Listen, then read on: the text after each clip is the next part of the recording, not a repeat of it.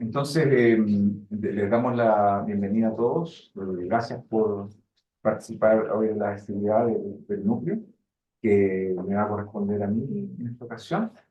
Y solo diré lo que acostumbramos decir al comienzo, ¿no? Que vamos a trabajar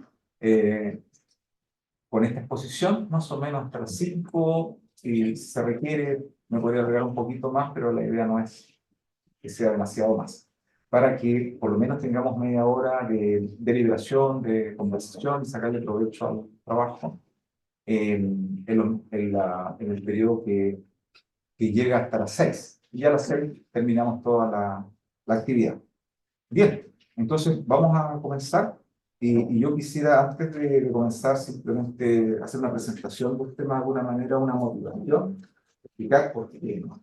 eh, los que fueron seguramente a la Jornada de Historia de Chile que organizó este año la Universidad de Concepción, eh, habrán leído la convocatoria, ¿sí?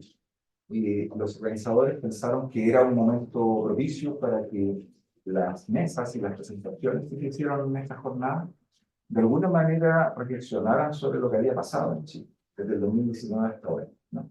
Y cómo eso podía llevarnos a mejorar nuestras prácticas investigativas, cómo mejorar nuestra docencia en historia, pero también cómo vincularnos más con nuestra sociedad, ¿sí? Que a veces vemos tan, ¿no es cierto?, tan falta de orientación ante un control de los lenguajes, de las narrativas a través de los medios de comunicación, que a nosotros por lo menos nos dejan muy insatisfechos, ¿no? Y sobre todo cuando lo vemos en el plano del debate político, también vemos una pobreza penosa, ¿no? Triste. Y decimos siempre, ¿y por qué no hacemos más? ¿No deberíamos hacer más? Deberíamos preguntarnos, ¿no? Si estamos haciendo lo suficiente por llevar nuestra producción historiográfica a a las distintas familias, a los hogares chilenos, para que ellos pudieran de alguna manera también dar algunas discusiones que son fundamentales, pero enriquecidas por aportes historiográficos. Eh, lo que vemos es una premura de corto plazo, siempre ganar mezquinamente un par de votos.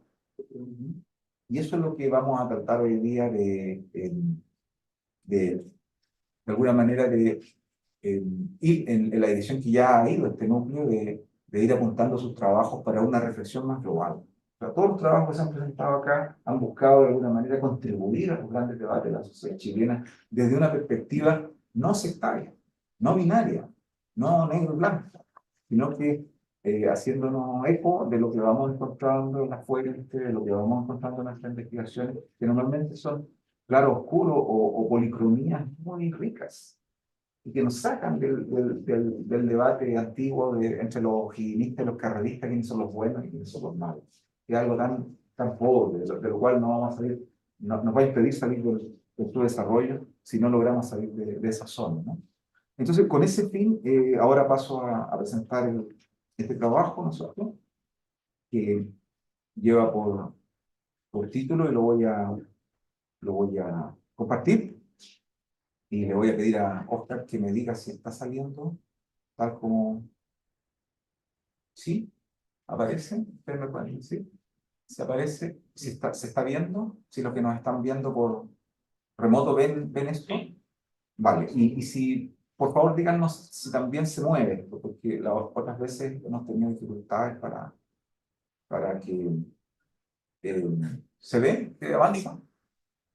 Sí. ¿Sí?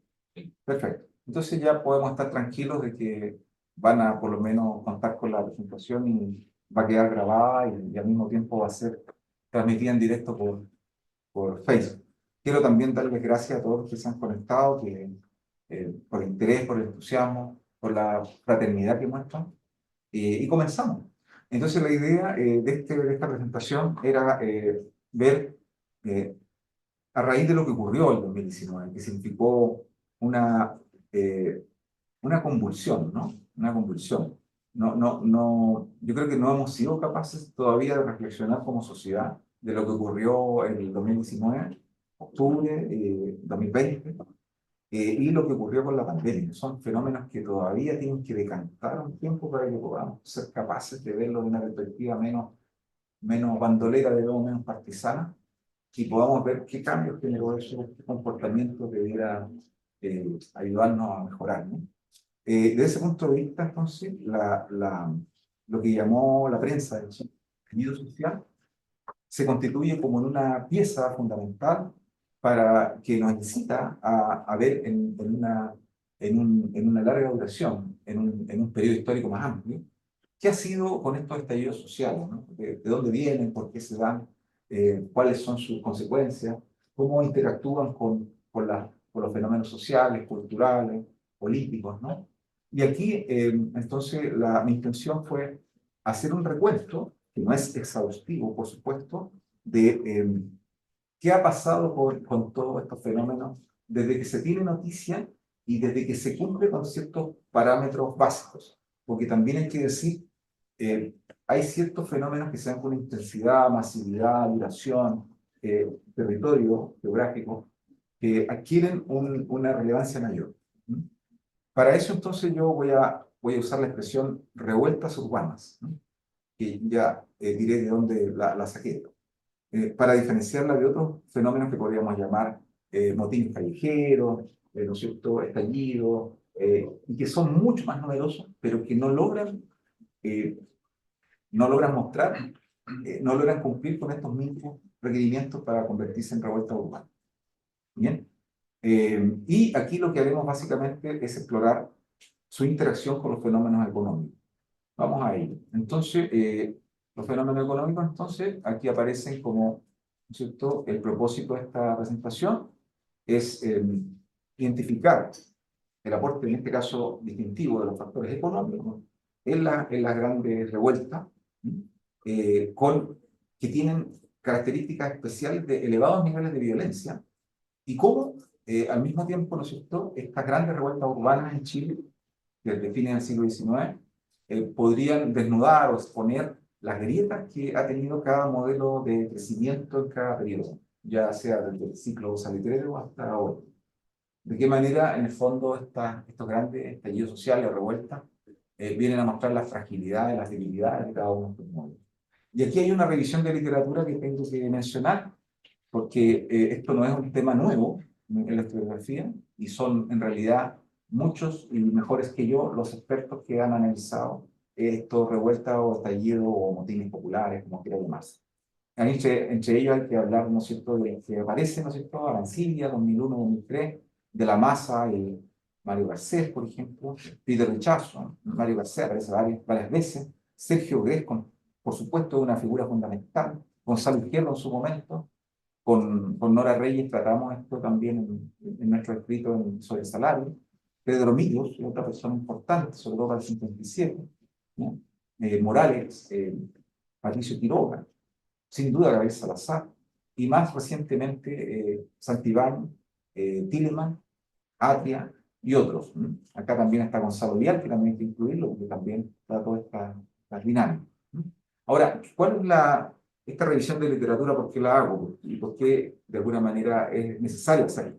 Es porque si uno revisa cada uno de estos trabajos, que creo que es fundamental, ¿no? Yo lo hice sin duda, es que casi todos ellos han estado legítimamente enfocados en la expresión callejera, es decir, la sintomatología, las manifestaciones de estos estallidos, ¿no es cierto? El recuento, la descripción, incluso algunos han hecho casi una crónica, ¿no? De hora a hora, de cómo fueron dándose estos acontecimientos.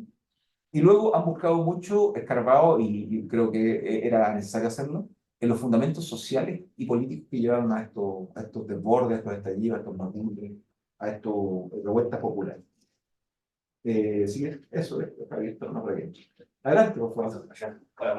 Por favor, adelante. Entonces, la pregunta que dirigió este trabajo, que está ya en zona de prepublicación y que va a ser enviado a una revista en su momento, que espero que no sea más allá de fines de este año, es cómo distinguir, lo primero es que había que hacer es cómo distinguir una revuelta urbana de otros muchos, múltiples motines callejeros, motines, ¿no es cierto?, urbanos, apellidos sociales de menor envergadura. Entonces, había que establecer una frontera. ¿Sí? Segundo lugar, ¿cómo han influido las dinámicas económicas en esta revuelta urbana de fines del siglo XIX hasta ahora? Y yo creo que es lo que más nos interesa, ¿no es cierto? Es también cómo estas fracturas... Ah, ya, ¿se ve bien? Perfecto. Muchas gracias. Permítalo ahí. Sí, ahí lo acabo de meter. Muchas gracias. Y entonces, de qué manera estos estallidos sociales nos han servido para despertar de una especie de letargo, un sueño, ¿no? En el que estábamos todos muy en una zona de confort, todos muy tranquilos, pensando que vivíamos en una isla, que el país, o Shangri-La, ¿no es cierto? Y de repente, ¿qué es esto? Y nos demuestra que no, que hay cosas que no hemos resuelto y que tenemos que preocuparnos, ¿no? Y en este caso, ¿qué fallos observamos en los modelos de crecimiento imperantes, ¿no? Eso es lo que vamos a escarbar fundamentalmente. Y aquí entonces la hipótesis que yo presento en el paper, que voy a mostrar muy general, voy a dejar de compartir ahora un ratito para mostrar el paper que está en desarrollo. Le he ido cambiando de título varias veces, ¿no? Pero bueno, la idea es esa, ¿no? Entonces aquí van a poder observar ustedes que esto parece que no lo estoy compartiendo, voy a compartir. Entonces, el paper va en detalle, o sea, son muchas páginas y tengo que sintetizar después. Y hay una ficha de cada momento, digamos, por ejemplo, aquí, si yo voy revuelta por revuelta, ¿ya? Y voy, por ejemplo, observando, acá yo hablo de la primera revuelta urbana, después hablo de la segunda y hago un resumen, por ejemplo, hay la huelga general de 1890, ¿sí? Y voy marcando especialmente en amarillo aquellas que sí reúnen los requisitos para denominarse revuelta urbana. ¿Sí? Vale, dejo de compartir porque era solo para mostrar que aquí no habrá tiempo en esta presentación para ver en detalle la crónica ni la descripción rigurosa del levantamiento, porque es imposible, tenemos un tiempo limitado. Pero después, para quienes les interese, pueden verlo cuando ya esté publicado y ahí me hacen llegar sus observaciones, críticas, todo lo que a ustedes les parezca y que contribuya a mejorar el trabajo. ¿Ya? Vamos entonces a dejar de compartir acá y de nuevo entramos al perdón, a la presentación. Bueno, ahora sí, volvemos a la presentación. Era solo para mostrar que esto se trata con más detalle y acá en el fondo hay como un resumen, ¿no? Entonces, la metodología, perdón, la hipótesis, lo que yo he estado proponiendo y hasta ahora ha ido resultando eso, pero uno le va haciendo modificaciones a la medida que los hallazgos te van conduciendo por otra parte, es que ninguna experiencia de las 12 motines urbanos que se toman aquí entre 1888 y 2019 carecen de causalidad económica. Todos tienen un fuerte componente económico, muy marcado. ¿Ya? Luego, este factor es muy influyente en las que califican propiamente como revuelta urbana y que son 8 episodios. O sea, de estos 12 que están acá seleccionados, hay 8 que especialmente llaman la atención por la envergadura, del alcance geográfico. ¿Sí? Segundo lugar, una de las cosas que está surgiendo de esto es que entre fines del siglo XIX y fines del siglo XX, la mayor parte de las que son calificadas como revueltas urbanas están muy asociadas y fueron muy gatilladas por episodios inflacionarios, muy agudos. O sea, si hay algún factor económico que reúne y que explica, digamos, la erupción de esta estallido, en gran medida el fenómeno inflacionario aparece a cada rato. Sin embargo, este fenómeno desaparece en gran medida a partir de la década de 1980, en el cual la causalidad económica viene más por el lado del desempleo, ¿no? Crítico, un desempleo crítico, y también un hastío, digamos, antes de lo que se consideraba un régimen dictatorial. Y finalmente, ¿no es cierto?, la única experiencia que tenemos después de los años 80 es la revuelta urbana de 2019, y esta tiene una complejidad especialmente marcada, porque aquí el fenómeno económico aparece conviviendo a partir de un modelo de crecimiento agotado, demandas de redistributivas sociales, con muchas demandas de orden social, valórica, territorial, pueblo originario, ambientales, los derechos de la mujer, o sea, se complejiza mucho más. Es mucho más sofisticada la última. Por decirlo de una manera, la primera, la huelga de los tranvías que vamos a ver ahora de 1888, es otro planeta. Lo que ocurre después, a lo largo del siglo XX, va por el lado inflacionario. Ya en los 80, ya la inflación ya no es lo fundamental. Y luego nosotros lo que vemos son más bien una crisis muy severa, la del 1982, y la que vemos ahora, las primeras décadas del siglo XXI, es una situación totalmente nueva que está mostrando una sociedad que está modernizando muy rápido. Y por lo tanto están entrando otro tipo de demandas que se conjugan por las antiguas. Entonces la metodología para ver esto es delimitar el objeto de estudio primero, porque si no se delimita, aquí se podrían poner 300 episodios a nivel provincial, ¿no es cierto?, por ciudades. Entonces, para caracterizar una revuelta urbana se van a establecer mínimos requerimientos. Luego, se va a examinar la incidencia económica específica que tiene, ¿no es cierto?, en los episodios que sí fueron catalogados como revueltos. Por lo tanto, entre 1888 y 1907 se encontraron que de esos 6, solo 3 califican como revuelta urbana. Luego, en el periodo que va entre el 31 y el 73, de 4 episodios, hay solo 3 que califican de revuelta urbana. Y finalmente, ¿no es cierto?, se verá la última y se contrastarán las hipótesis y se entregarán algunas conclusiones provisionales. Las fuentes para esto son muy amplias, y descansan casi todo en el trabajo colaborativo que han hecho muchos historiadores, tanto historiadoras como historiadores antes que yo, y por lo tanto el mérito es solo de ellos. Yo acá lo que hago es poner un cuadro con todo lo que han hecho y tratar de vincularlo con trabajos que he hecho yo y otros historiadores económicos para sacarle punta a sus trabajos que son muy importantes. Entonces, hay fuentes cualitativas que permiten, ¿no es cierto?, identificar los rasgos esenciales, distintivos de cada una de ellas, y luego la buena parte de esos rasgos se trataron de cuantificar para ver cuántos cumplían con los requerimientos para ser considerada revuelta urbana y cuántos no, son motines, digamos, revueltas callejeras de otro tipo de menor entidad. Vamos a ver. Entonces, aquí ya tenemos los 12. Entonces, si ustedes observan, lo que van a ver ahí es, eh, tenemos un lado, a qué administración le correspondió, ¿no es cierto? Esto está de José Manuel Balmaceda, las 2 primeras, las 2 segundas, Germán, las 3 que vienen después, a Germán Risco, Pedro Mon le corresponde la sexta, Carlos Ibáñez del Campo le corresponde la séptima, Gabriel González Videla le corresponde una, nuevamente Carlos Ibáñez del Campo le corresponde la del 57, a Allende le tocan los enfrentamientos callejeros entre el 31 y el 33, a Pinochet le tocan las protestas contra él entre el 83 y el 84, y a Sebastián Piñera, como todos sabemos, le tocó la última. Entonces, lo que tenemos también es la duración, el periodo, o sea, el rango temporal que tuvieron. Y ahí ustedes podrán observar que hay algunas que duraron un día, ¿no?, y no por eso no fueron muy importantes, muy violentas y muy intensas. Y hay otras que duraron más de un año y a veces más de 2 años. Las de, por ejemplo, el periodo contra Pinochet son por lo menos 2 años. La del periodo social también, la del periodo de la OPE también. Y las otras son ya, por ejemplo, el 57 es más de un año, en realidad, es casi un año, porque comienza en 56, ¿no? Igual. Y las otras son más episódicas, se dan en un mes, ¿no? Por ejemplo, la revolución de la Chaucha, en agosto, ¿no? La sonada contra Ibáñez para derrocarlo se da en julio de ese año, del 31, la huelga general del 7 solo ese año, la huelga voluntaria son 2 meses, y así, ¿no? O sea, pero en el fondo y luego el alcance geográfico, es decir, cuántas ciudades, cuántas zonas fueron comprometidas. Por lo tanto, todo esto se toma en cuenta para finalmente seleccionarlo.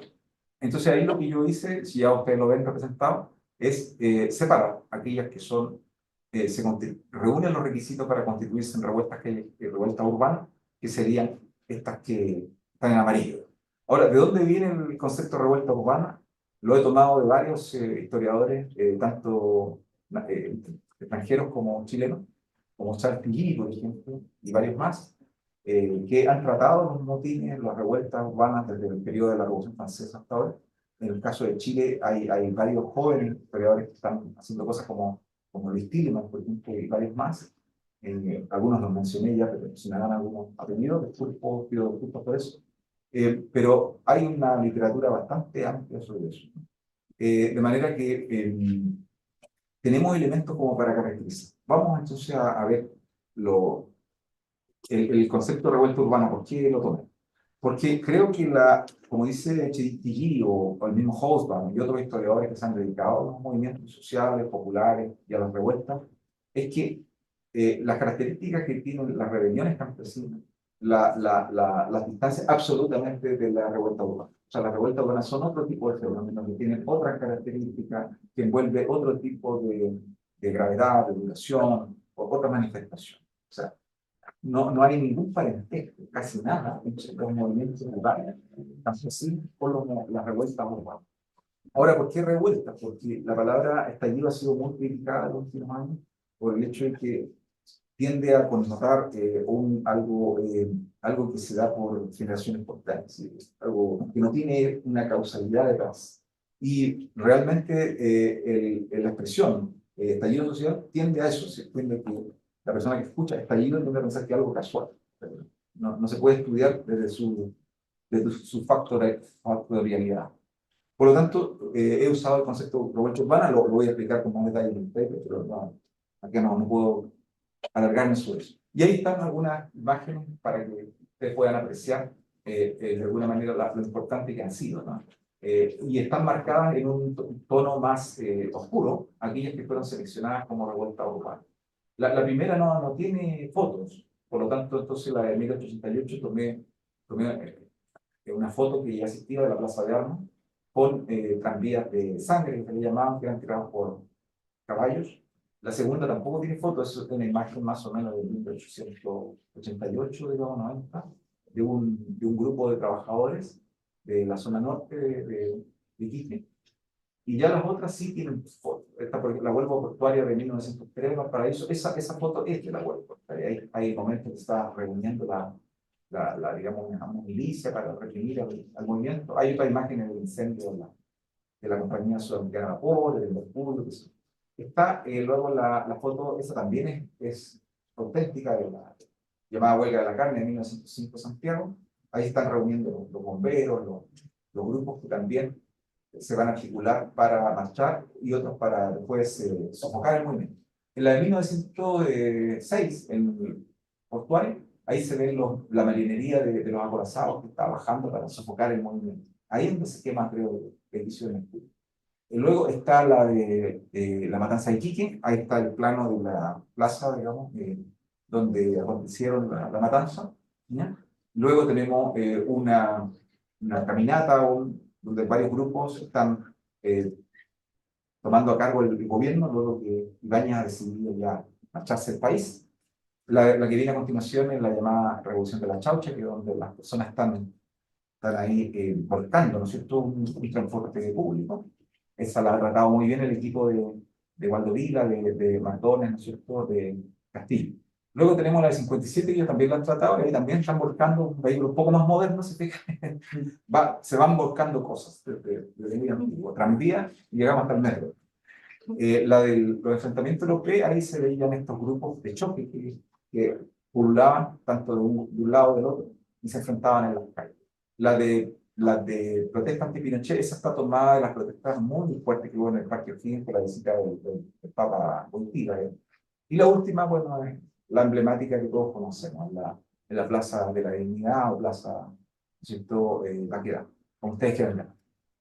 Y acá tenemos entonces los requerimientos mínimos. Entonces serían, hay tres dimensiones, una es la duración, la otra es la representatividad y la otra es la gravedad.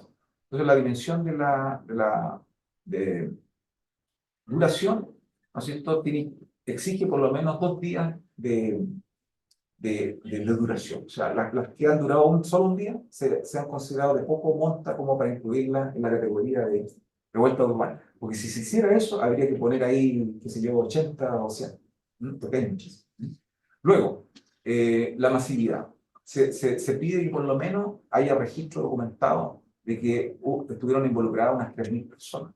Ahora, en algunas sobrepasa por lejos, y hay otras muchas de 1.000 o de 2.000, de 1.500, pero que no fueron consideradas porque no llegaron a los 3.000. Luego, la heterogeneidad es importante en términos de la representatividad, porque se pide que haya una representación transversal, no solo de un grupo, sino que ojalá se vea la presencia de varios grupos sociales. Entonces, hay un grupo que es impulsor, que el que comienza la protesta, pero luego se pide que por lo menos hay un 20% de participantes que no son los que iniciaron el estallido, la protesta, la revuelta. Después, enfrentamiento con fuerzas del orden, tiene que estar documentado. O sea, tiene que haber un registro policial de los diarios, de que efectivamente hubo heridos, qué sé yo, detenidos, etcétera, por enfrentamiento con la fuerza del orden. Daños a bienes públicos y privados, incluyendo incendios, ¿no es cierto?, saqueos, todo eso tiene que estar documentado. Las que no tienen incendio, no tienen saqueo, no tienen daño a bienes públicos, no tienen enfrentamiento con fuerza del orden, no son consideradas revueltas urbanas, porque no adquieren la gravedad que se requiere para entrar en esa categoría. Y con siguiendo la misma dirección, tiene que haber por lo menos 10 detenidos. Si tiene menos de 10 detenidos, es un criterio, ¿no? Se podría haber puesto 5 o 30, yo digo. Pero era una forma de separar aquellas, muchas que tenían menos de 10 y las pocas que tenían más de 10. Heridos, mira, es interesante porque el baremo es bastante alto, 100 heridos, es bastante.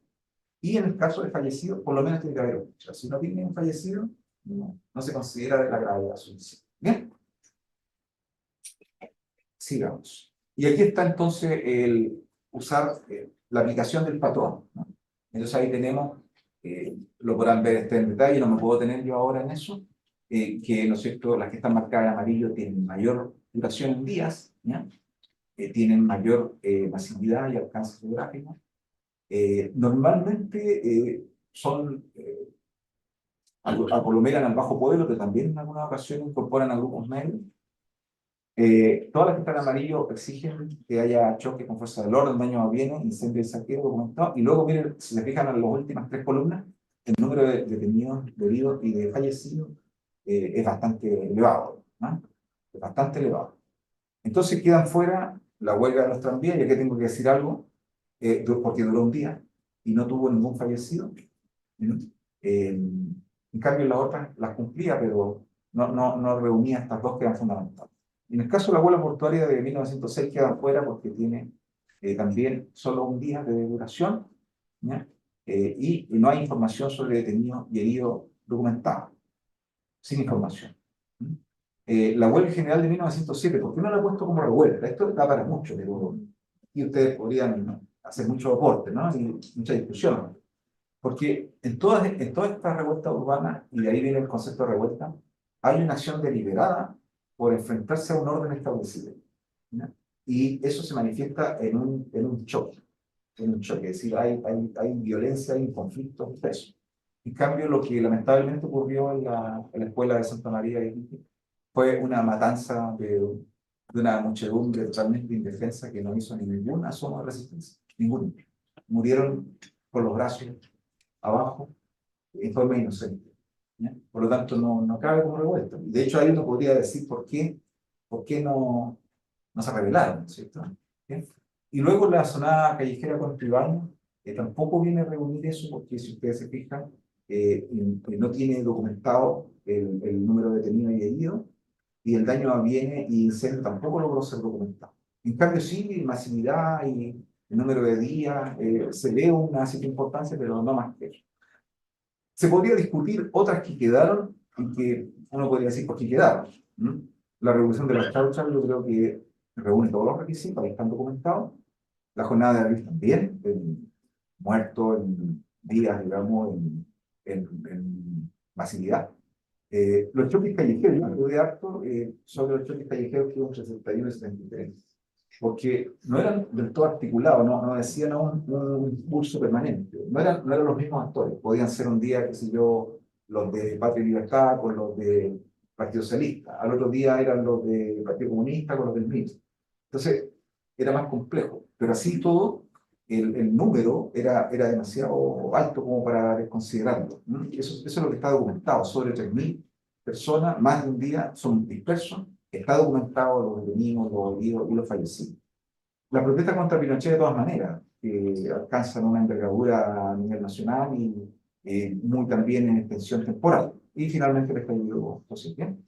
Seguramente espero que no haya que ensanchar este estado, ya veremos. Y aquí entonces lo que he hecho es ya empezar a ver cómo funcionaron estas revueltas con lo que podríamos llamar, ¿cierto?, los indicadores económicos, que es lo que a nosotros nos interesa. Y para ello entonces creo que es fundamental ampliar la pantalla para que puedan ver un poquito mejor, ¿cierto? Y Lo que ahí vamos a ver entonces es un primer periodo que va de 1888 a 1930 más o menos, ¿ya? Entonces ahí, si nos saltamos la huelga de los tranvías que quedó fuera, ¿no es cierto? La primera revuelta importante, que está marcada con un color azul más intenso, se da acá en 1890. ¿Qué ocurre ahí? Se da un cuadro de creciente emisión monetaria y de deuda que deprime mucho los salarios, está documentado, Gonzalo Vías lo dejó muy claro y los que han seguido esa época también lo refuerzan. Eh, y por lo tanto es un periodo en que el acicate principal es la pérdida del poder adquisitivo de los salarios, ¿no? Básicamente. Después, como veremos, con mi salario se ve que eso cambió, pero con mi dato de salario se ve que efectivamente ese año comenzaron a caer los salarios. Ustedes pueden verlo acá, ¿no? ¿Qué pasa con el ámbito del PIB, ¿no? El Producto Interno Bruto, que está acá en una línea con círculos, ¿no? Se ve que está funcionando bien. No hay una crisis, nada parecido a una crisis. Está creciendo la economía en Chile. En el peor de los casos, acá se podría decir que se ralentiza el crecimiento, pero no ven ustedes ninguna caída. En cambio, sí la ven en la inflación, que es el índice general de precios que yo construí, donde ustedes ven, sí observan una tendencia al alza moderada, si quieren, pero que va aumentando con los años. Entonces, efectivamente, coincide lo que dice Gonzalo Vial y lo que dicen los cronistas historiadores con el marco económico general. Ahora, luego lo que tenemos, esto deprime los salarios hasta el año 1891, como ustedes pueden ver, pero después los salarios se recuperan, suben, y de hecho suben hasta 1904. Hay crecimiento, hay baja inflación, ¿m? Y los salarios suben. Entonces, y eso genera un cuadro totalmente distinto que lo identificó Peter Dichazo, que le llamó mucho la atención. ¿Por qué ocurre que en épocas de mayor depresión, de crisis económica, él decía que hay menos predisposición a la protesta? Claro, y hoy día la teoría económica y los historiadores económicos pueden argumentar y los historiadores sociales pueden explicar eso. Y él mismo ya adelantó una explicación. Lo que ocurre es que cuando hay un desempleo muy elevado, ¿no es cierto?, una crisis económica, hay una caída de los precios. ¿No? El problema no es que suban los precios, no hay inflación. Lo que hay es carestía, es porque la gente ha quedado desempleada, no tiene capacidad. Y entonces viene la desesperación y la gente no, en esos casos, trata de no poner en riesgo, aquellos que han conservado el empleo, no lo van a poner en riesgo protestando en la calle para que los exoneren del trabajo. Entonces, por eso Peter Rechazo explicó de forma brillante en ese trabajo que todos conocen, de trabajadores urbanos, ¿cierto?, de qué manera todos los llamados que se hicieron a huelga general, pero que encajaban justo en periodos digamos, de crisis económica, como hubo varias en el periodo salitrero, todos cayeron en el fracaso porque nadie quería exponerse a perder el trabajo. En cambio, cuando se producen las protestas, decía Rechazo, y tenía razón, se producen los momentos en que no hay crisis, en los que, pero que, por lo tanto, no hay peligro de perder el empleo, por lo tanto, yo puedo salir a protestar a la calle y saber que si me echan del trabajo, podré encontrar otro. Pero el reclamo se produce porque los salarios están perdiendo por la crisis. ¿Y cuándo se da esto? Si ustedes se fijan, empiezan a darse. En 1903 tenemos una primera fermento que se estancan los salarios acá, y luego este ya es muy duro porque aquí se produce una emisión gigantesca, y si ustedes observan cómo se produce la inflación aquí, cómo se eleva la inflación, ¿no es cierto? Esto explica entonces este ciclo de matanza y de protesta, muchas protestas. De ahí tenemos la de 1905, que es la huelga de la carne, la de 1906, que es la huelga portuaria en Valparaíso, perdón, en Antofagasta, creo que está. Y luego la de 1907, que es la gran matanza de todas esas protestas, ¿no?, esas tres, y si uno va un poquito más atrás y otras de cantidad menor, se corresponden con un periodo en que no hay desempleo, el desempleo es muy bajo, se ve que la economía está creciendo, el PIB miren dónde va creciendo, no hay ningún problema, no hay crisis aquí, ¿ya? Pero la inflación, que está subiendo mucho, se está comiendo los salarios están descendiendo. ¿A cuánto? Están descendiendo más o menos a la mitad.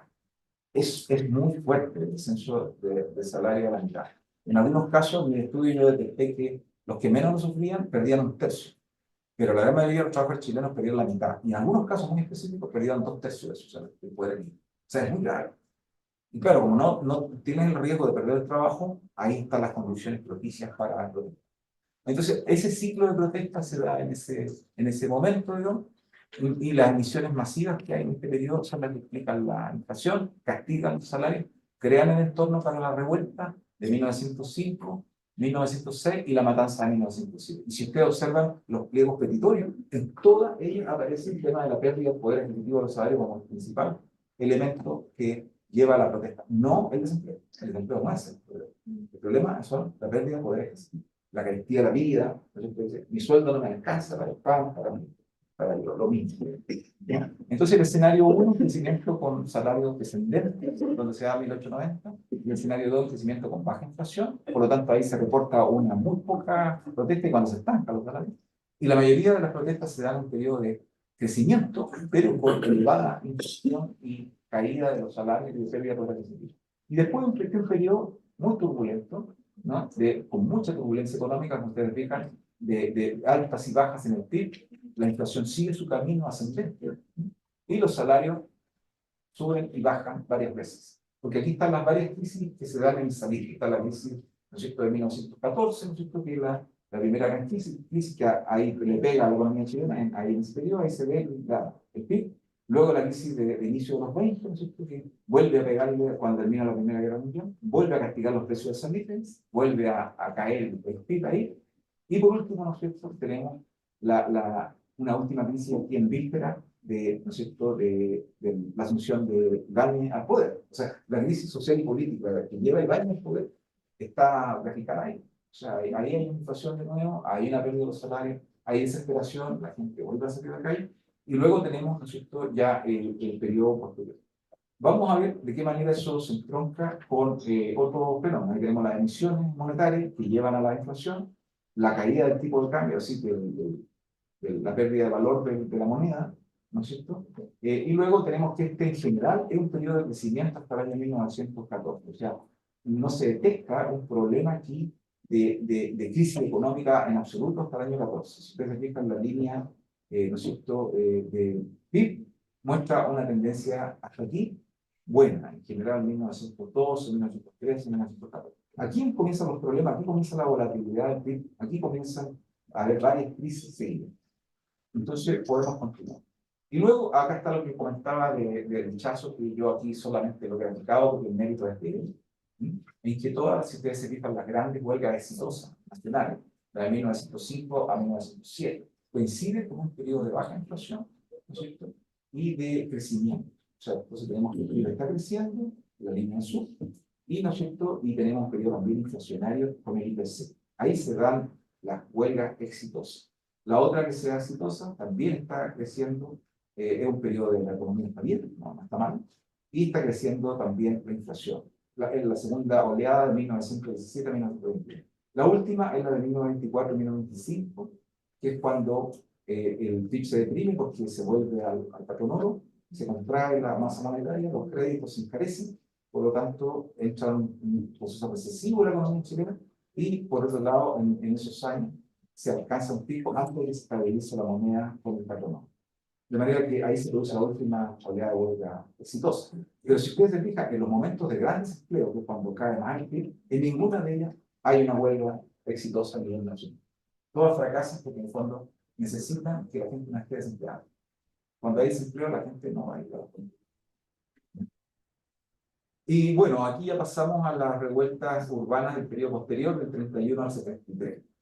Y aquí, si ustedes se fijan, la más importante, ¿no?, se da el momento de gran desempleo, pero aquí el desempleo no es el indicador único, sino que es producto de la crisis política que genera, ¿no es cierto?, la crisis, la Gran Depresión de 1929, que el año 31 llega al momento más difícil, y es el momento en que Ibáñez comete el gran error de tratar de mantenerse dentro del patronato, y eso, en vez de darle margen para gastar más y para establecer una política contracíclica, empeora la situación de desempleo, y eso unido al factor autoritario. Recordemos que Ibáñez había contado con diputados muy domesticados en el Congreso Termal, pero aquí ya no están tan domesticados, y todas las fuerzas políticas se unen para derrocarlo, desde la derecha hasta la izquierda. Todos salen a la calle, ya recordarán la fecha, ya, ¿no es cierto?, saliendo a la calle, que es la que logra finalmente derrocar a Ibáñez.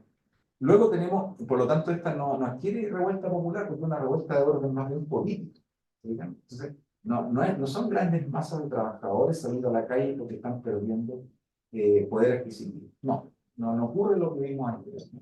En cambio, ya lo vemos aquí, nuevamente reaparece el tema inflacionario, porque en el escenario 5 de crecimiento con recuperación salarial parcial y posterior estancamiento, es aquí donde se da la famosa revolución de la chaucha. ¿Por qué se produce la revolución de la chaucha? Y después, la sonada de abril de 1957. Básicamente se da porque los gobiernos, en su afán de procurar de alguna manera ir expandiendo un aparato de Estado con políticas sociales, establecen un impuesto, un subsidio a los combustibles. El combustible, como ustedes saben, en esa época era prácticamente todo importado. Chile todavía no iniciaba su proceso que lo va a hacer después con Corfo, de exploración nacional. Eso va a ir surgiendo lentamente. Por lo tanto, el petróleo era importado. Con un dólar cada vez más caro, este petróleo era realmente inalcanzable. Y ya la gente se estaba movilizando, no en familias, aquí se estaba movilizando, como ustedes vieron, por la locomoción colectiva micro, que algunas eran de madera, algunas eran góndolas al comienzo, después fueron de metal, después fueron más grandes, más amplias, después hubo más líneas, después hubo que ensanchar las calles. Ya la Alameda, más una foto del año 26, ya se veían por todas partes y en los barrios principales de la ciudad y en otras ciudades principales del país ya se veía esa presencia del automóvil, pero sobre todo del transporte público. Por eso que aquí yo creo que hay que tomar muy en cuenta los trabajos del grupo de Vila, Mardoni y Castillo, ¿no? Porque ellos captan mucho mejor lo que está ocurriendo en ese periodo. Ahora, el 57 y el 46, ¿qué es lo que ocurre? Que el 46, el gobierno que está de turno ahí, que creo que es el de Daniel González Videla, me parece que sí, si alguien se acuerda mejor de las fechas, creo que González Videla ya elimina el subsidio al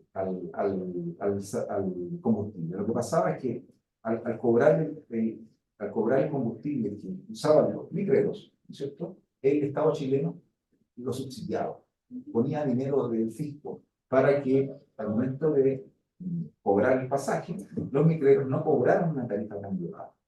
Pero eso se podía hacer mientras el Estado tenía arca suficientemente llena. Pero en los momentos de apertura fiscal, lo primero que hacen los gobiernos es eliminar los subsidios. Hoy día lo hemos visto incluso en países petroleros como Ecuador, Venezuela, Colombia, que lo primero que hacen es eliminar el subsidio al precio del combustible y con eso el precio de la tarifa de locomoción sube a su valor natural, que siempre debió haber tenido, pero estaba contenido por el subsidio. Se liberan en esas dos ocasiones, se elimina el subsidio y entonces la tarifa del transporte público sube, por eso que se llama revolución de la chaucha. Y luego, en el caso de los 55, subió casi al doble, pero más del doble, no recuerdo bien. Los datos los tiene este grupo que se encarga de estudiar esto. ¿Ah? Lo que sí ocurre aquí es algo bien interesante, que en este periodo, esta manifestación, es decir, el no poder mantener el subsidio y de alguna manera liberar el precio real del combustible y de la tarifa de la locomoción colectiva, ¿de dónde viene? Básicamente viene porque el país se acostumbró a tener un presupuesto fiscal desfinanciado, ¿no? Entonces empezó a acumular déficit tras déficit y, claro, en un primer momento había que gastar más para recuperar la economía de lo que había sido la Gran Depresión. Pero luego, cuando vino la Segunda Guerra Mundial, digamos, y la situación externa se hizo más difícil, el país empezó a tener problemas, digamos, negoció el precio del cobre, que era su principal ingreso, con Estados Unidos. Por lo tanto, ya no tenía los mismos ingresos siempre, pero se había mal acostumbrado a gastar mucho, entre ellos este subsidio. No pudo mantener financiándolo, lo elimina y viene la protesta.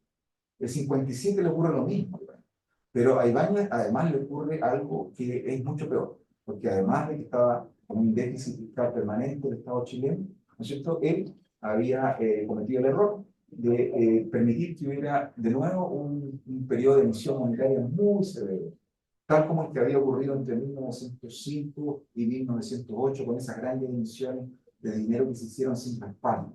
Entonces, al hacer esto, Ibáñez, sin quererlo, fraguó su propia lápida, porque en el fondo esta inflación generó ahí se ve la subida de la inflación, el 80% llegó a ser el año, digamos, ahí está, 80% más o menos, y el año 52 llega a su momento más alto, y es cuando más cae los salarios. Entonces, lo que está pasando es que se está elevando el precio del pasaje de la misma en un contexto en el que los salarios están cayendo entre 6 pesos y 4 pesos. Eso es lo que está pasando.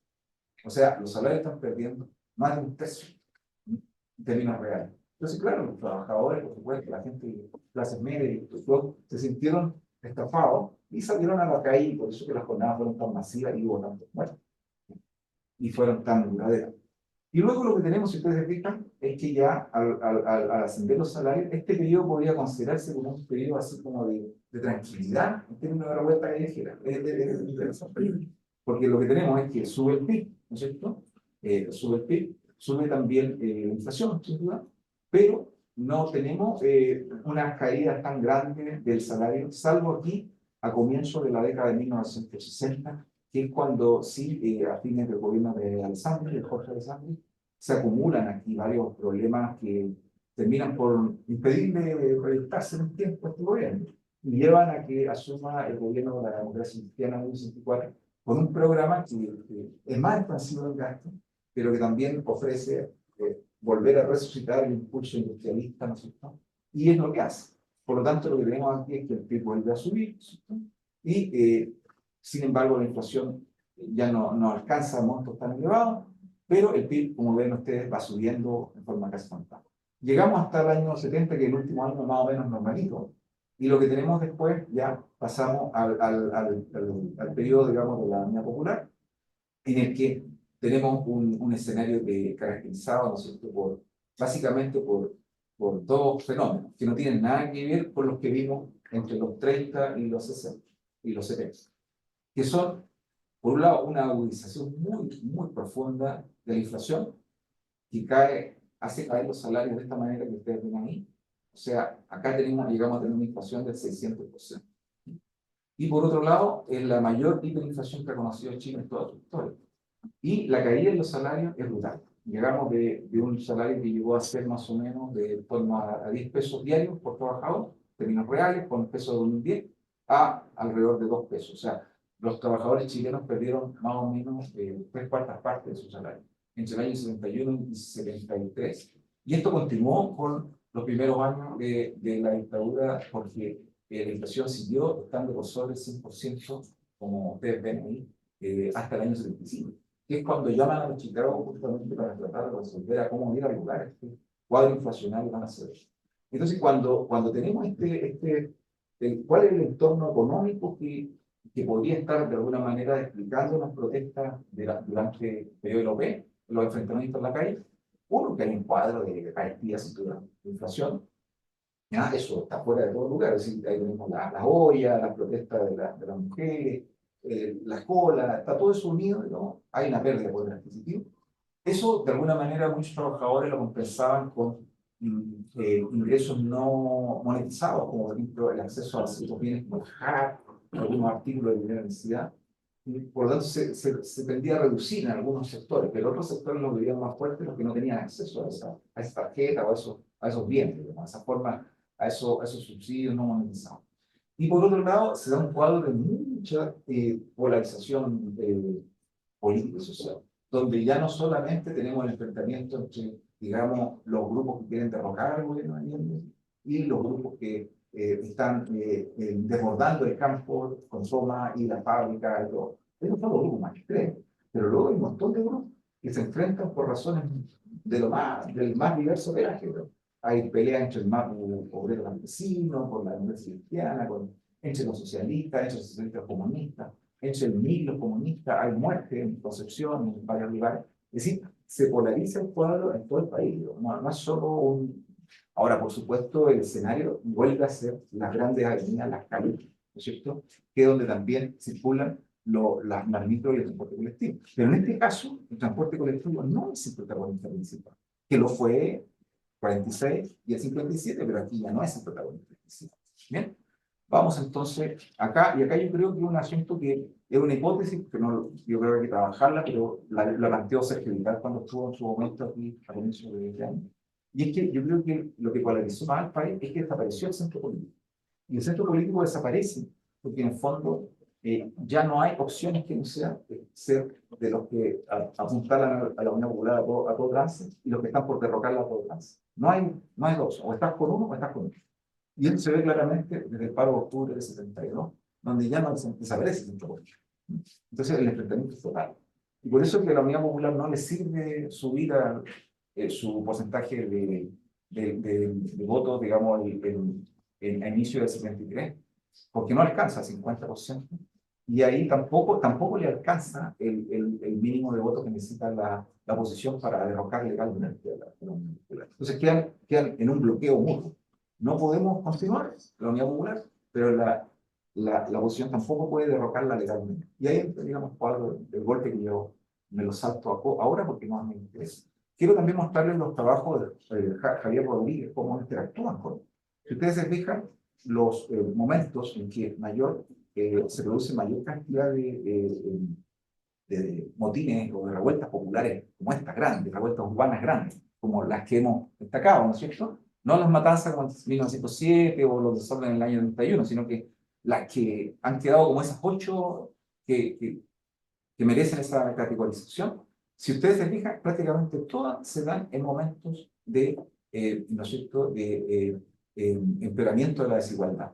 Por ejemplo, aquí, salvo la de 1890, estas se dan en el momento de empeoramiento de la desigualdad. Este es el coeficiente de Gini. Cada vez que sube, está subiendo la desigualdad. Si se fijan acá, también sube la desigualdad.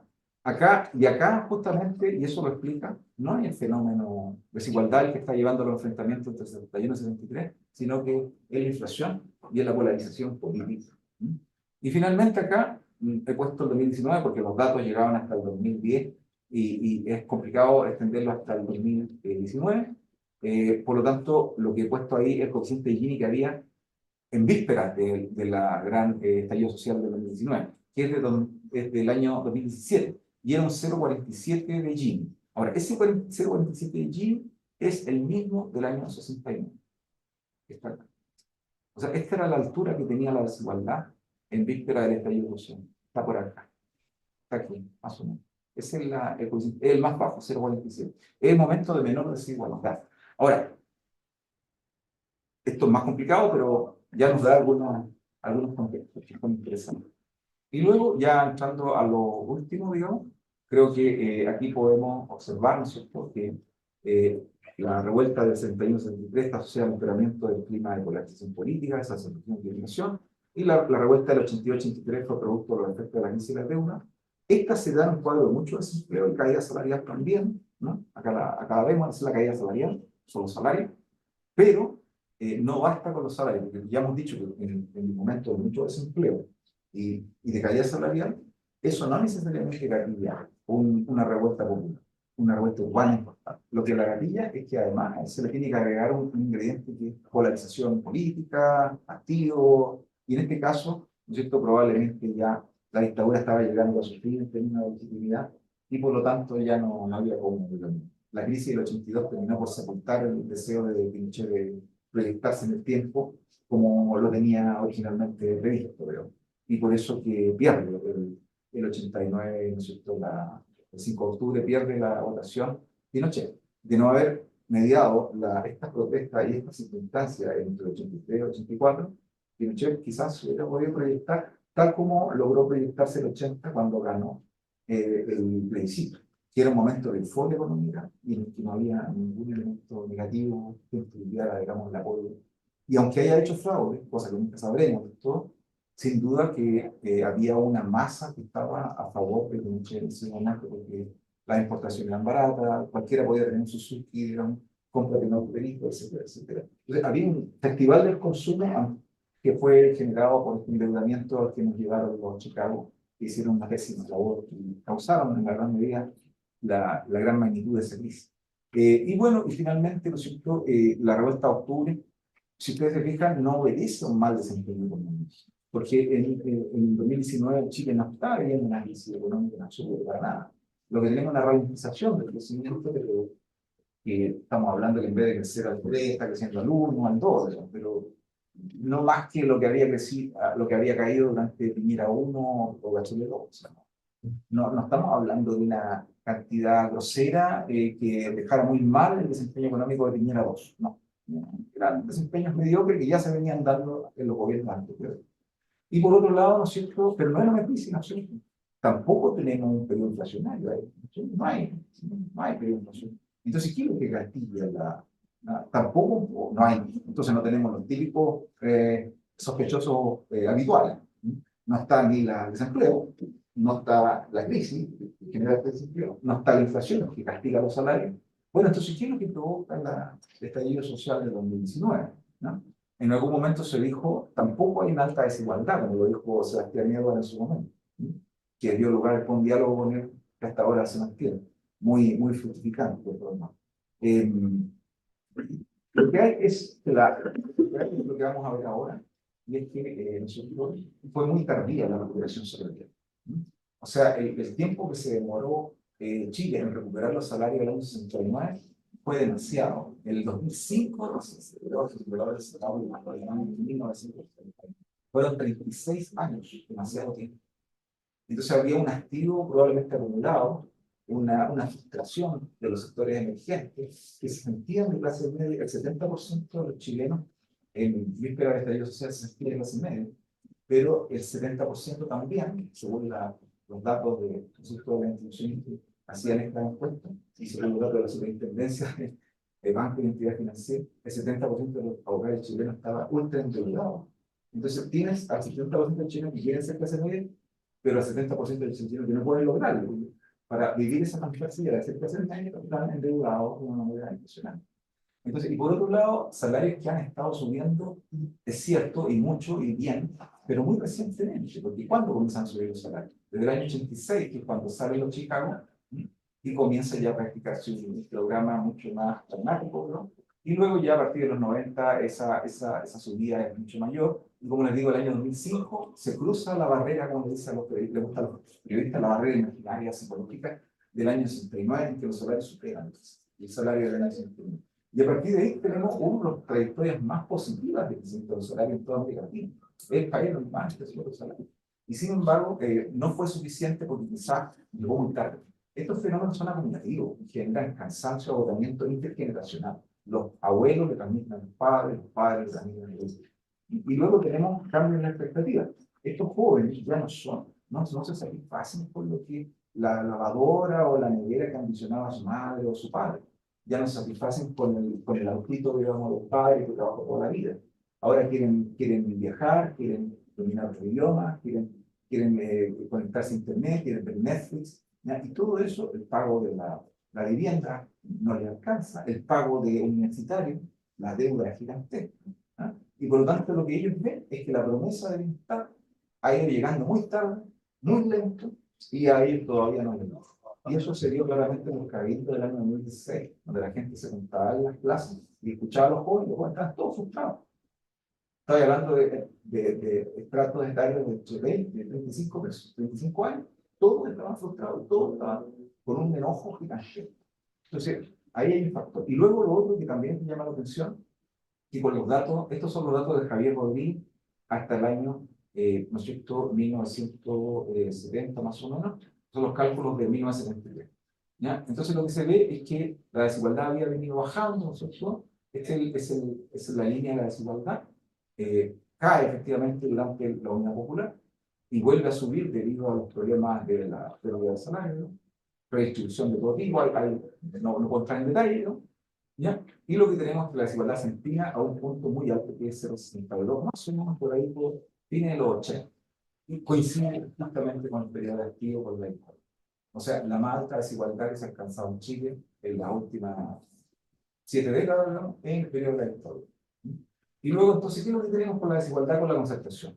Si ustedes se fijan en la línea de los puntos amarillos, que es la más rigurosa, ¿no?, que es el Gini que marca los ingresos de la empresa CACEN, y son los ingresos autónomos, no suman los ingresos que le aportan otras fuentes a los trabajadores, solo los ingresos del salario, todos esos ingresos directos.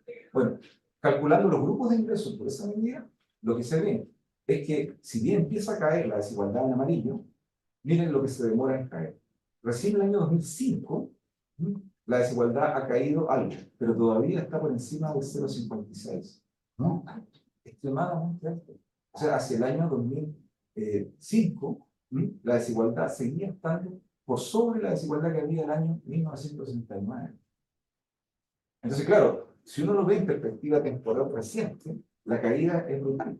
Y uno dice, ha caído mucho la desigualdad. Los chilenos deberían estar contentos. Claro, pero ¿contra qué lo estamos comparando? ¿Lo estamos comparando con el año 88 o lo estamos comparando con el año 69?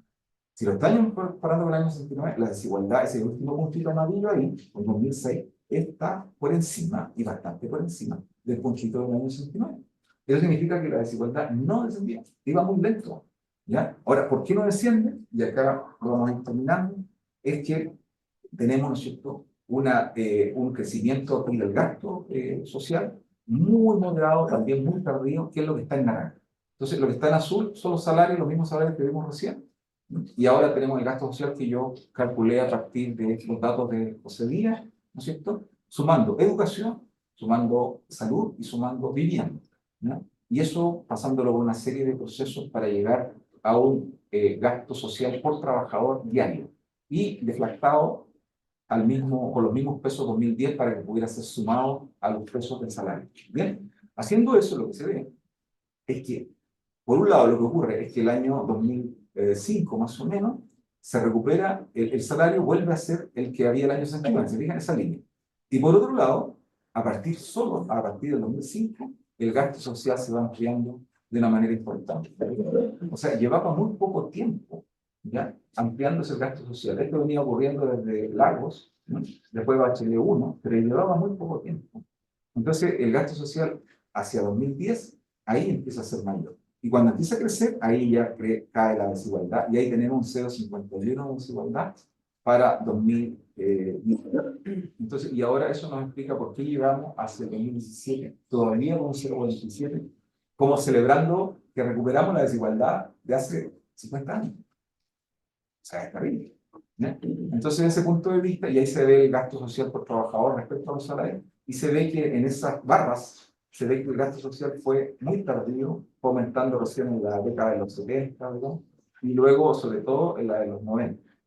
Y ahí se ve que eso fue lo que alimentó los ingresos totales, y por eso es que finalmente, después del 2005, la desigualdad comenzó a caer, pero se demoró mucho, había subido mucho, y por lo tanto, eso es lo que pasó. Otro dato y con el que ya vamos a ir terminando, que son los afiliados igualdistas dentro de la fuerza de trabajo.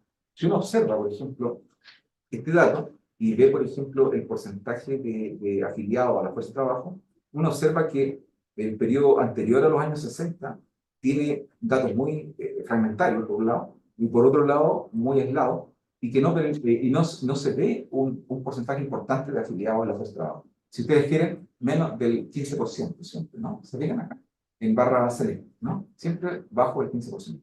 Miren cuándo empieza a crecer el número de afiliados con respecto a la fuerza de trabajo. Sobre el 25% a partir, ¿no es cierto?, de los años 70, ¿sí? Viene la dictadura y obviamente por razones obvias, ¿no es cierto?, cae el número de afiliados a menos de lo que era antes, a menos de 10, ¿no? Y luego, ¿no es cierto?, viene una pequeña recuperación y luego hasta hoy no hemos logrado tener un porcentaje de afiliados sindicalizados, ¿no?, que sea ni siquiera el 15%. Estamos viviendo un proceso de modernización de la estructura de fuerza de trabajo, en la que la mayor parte de los trabajadores no quieren sindicalizarse. Y por otro lado, tenemos los huelguistas por fuerza de trabajo. Si ustedes se fijan, ¿cuál es el periodo en que aparece con más fuerza, ¿no?, la cantidad de personas que se declaran en huelga en relación a la fuerza de trabajo? Miren los periodos más claros. El periodo de mayor efervescencia social, los 60, comienzo de los 70, por razones obvias durante la dictadura esto desaparece, y vuelve a reaparecer en los 90 en adelante, y va aumentando. Y esto es llamativo. ¿Por qué va aumentando la cantidad, el porcentaje de huelguistas respecto a los de trabajo? Porque claramente hay fenómenos que están generando frustración acumulada, descontento, en víspera de 2019. Y aquí entonces ya llegamos. Entonces tenemos que, de todas las experiencias que analizamos, ¿no es cierto?, ninguna careció de causalidad económica. Esta causalidad fue muy marcada en las 8 que califican como respuesta urbana con independencia de la protesta sindical o política u otras motivaciones actuaban como factor de inicio, y que diversos actores cumplieron el rol de canales directos de expresión. Pero esto es insuficiente, se requiere enriquecer la comprensión de los contextos históricos específicos. O sea, aquí yo lo que he hecho es no soy riguroso con la contextualización de cada uno, porque eso tomaría mucho tiempo. Hay trabajos que son específicos que otros podrán aportar y ya vienen aportando. En cuanto a las hipótesis iniciales, la número 2 planteaba que la incidencia económica había venido variando. Entonces vamos directamente a los hallazgos. Entre el 1888 y 1930, las tres grandes revueltas, ustedes ya vieron que están muy vinculadas, ¿no es cierto?, durante la era oligárquica, por los fenómenos, digamos, de inflacionarios, y en medio de un régimen oligárquico en el que los canales de expresión de esa protesta no eran legales. Y por lo tanto, eso generaba un cuadro de conflicto muy elevado, porque no había cómo canalizar legalmente la protesta social. Entonces a los trabajadores no les quedaba otra que salir a la calle, comportarse brutalmente, y la represión también era brutal. O sea, así de completo. Sin embargo, cuando esto cambia, ¿no es cierto? Cambia cuando el desempleo desalienta las revueltas urbanas, la Constitución nueva del 25 los años ya mejores, a partir de los años 30, digamos, sobre todo a finales, van parchando todos estos conflictos, de alguna manera canalizan el descontento, la orientación industrial del modelo de crecimiento ha sido un mayor gesto de inclusividad social, y hay un mayor rendimiento de la economía hasta mediados de la década del 40. Entonces, eso ahí se ve que casi desaparece la revuelta urbana. Pero vuelven a reaparecer en la medida que el Estado no logra financiar este modelo social de inclusión, ¿no es cierto? Y que reaparecen los factores inflacionarios, ya no en un marco de oligarquía y de conflicto extremo, sino que ahora en el marco de un Estado, digamos, de árbitro, ¿no es cierto? Un Estado, como le llamamos acá, Estado de compromiso, ¿no es cierto?, en el que el Estado hace de pivote. Por lo tanto, aparecen estas protestas, pero ahora tienen un carácter muy centrado, se dedican en la cosa del transporte colectivo. Porque el transporte colectivo se convierte en aquel lugar, aquel espacio en que el fisco no está pudiendo llegar con la capacidad fiscal que requiere para solventar esa propuesta de inclusividad. Y por otro lado, se da en un periodo, ¿no es cierto?, en el que ya están empezando a manifestarse los síntomas de declive del periodo industrialista, que están mostrando fenómenos de fractura que Aníbal Pinto nos va a describir con mucho detalle. Luego ya eso cambia de una manera radical en los años 70, porque ahí se confunde con fenómenos de emergencia social, política y de mucho conflicto. Entonces aquí hay que verlo desde otro prisma, lo que ocurre en los años 70. Lo mismo ocurre de alguna manera con los años 82-83, donde esta revuelta tiene otro escenario totalmente distinto, ¿no? Donde ya no es solo desempleo y crisis de los 80, sino que el cuadro de polarización que se produce por una dictadura que ya no logra articular mayoría para darle proyección al régimen. Y luego la del 2019 agrupa tensiones, que si uno las pudiera resumir, diría que son típicas de sociedades que se modernizan. En este caso yo estoy, de alguna manera, en algún aspecto estoy de acuerdo con el rector Peña, en el sentido en que él plantea que el proceso de individuación, cuando se profundizan, es justamente en virtud del éxito que está teniendo el modelo económico, digamos, en términos de crecimiento. Y cuando ese crecimiento se empieza a notar, empieza a llegar, aunque sea a gotas, a todos los grupos, 1 millón de estudiantes universitarios, una clase media que quiere ser emergente, que quiere ser clase media, eso ya está hablando de procesos de individuación que son típicos en las sociedades modernas, que no tienen nada que ver con los procesos que habían antes del 70. Sin embargo, y ahí discrepo con el rector Peña, que lo sigo y me parece muy interesante en todo caso, ¿ya? Y ahí en esto yo discrepo, y es que el rector Peña subvalora el alcance y el protagonismo que tienen los fenómenos de desigualdad, que ya lo hemos visto, de recuperación tan tardía de los salarios y de una acumulación, podríamos llamar, intergeneracional y de frustraciones sociales, que probablemente la pillaron en los jóvenes entre 20 y 40 años, que son los que se tomaron la plaza de dignidad y le dieron el contenido que le dieron. Por otro lado, uno podría también definirlo como, este es una crisis, este típico estallido social del 2019 no tiene nada que ver con las crisis anteriores, porque no estamos hablando de una crisis del modelo, no es que esté en tela de juicio el modelo, o que haya una crisis estructural de la sociedad, nada de eso, nada, no se ve ningún síntoma de eso. Lo que se ve es que hay una acumulación de tensiones no satisfechas que están generadas por el mismo éxito del modelo.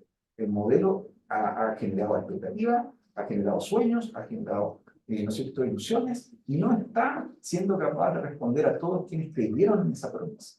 Y ahí claramente yo creo que, de alguna manera, el segundo gobierno de Piñera, de alguna manera, para poder vencer a ¿cómo se llama el candidato? Que lo ¿recuerdan? Guillén, ¿no es cierto?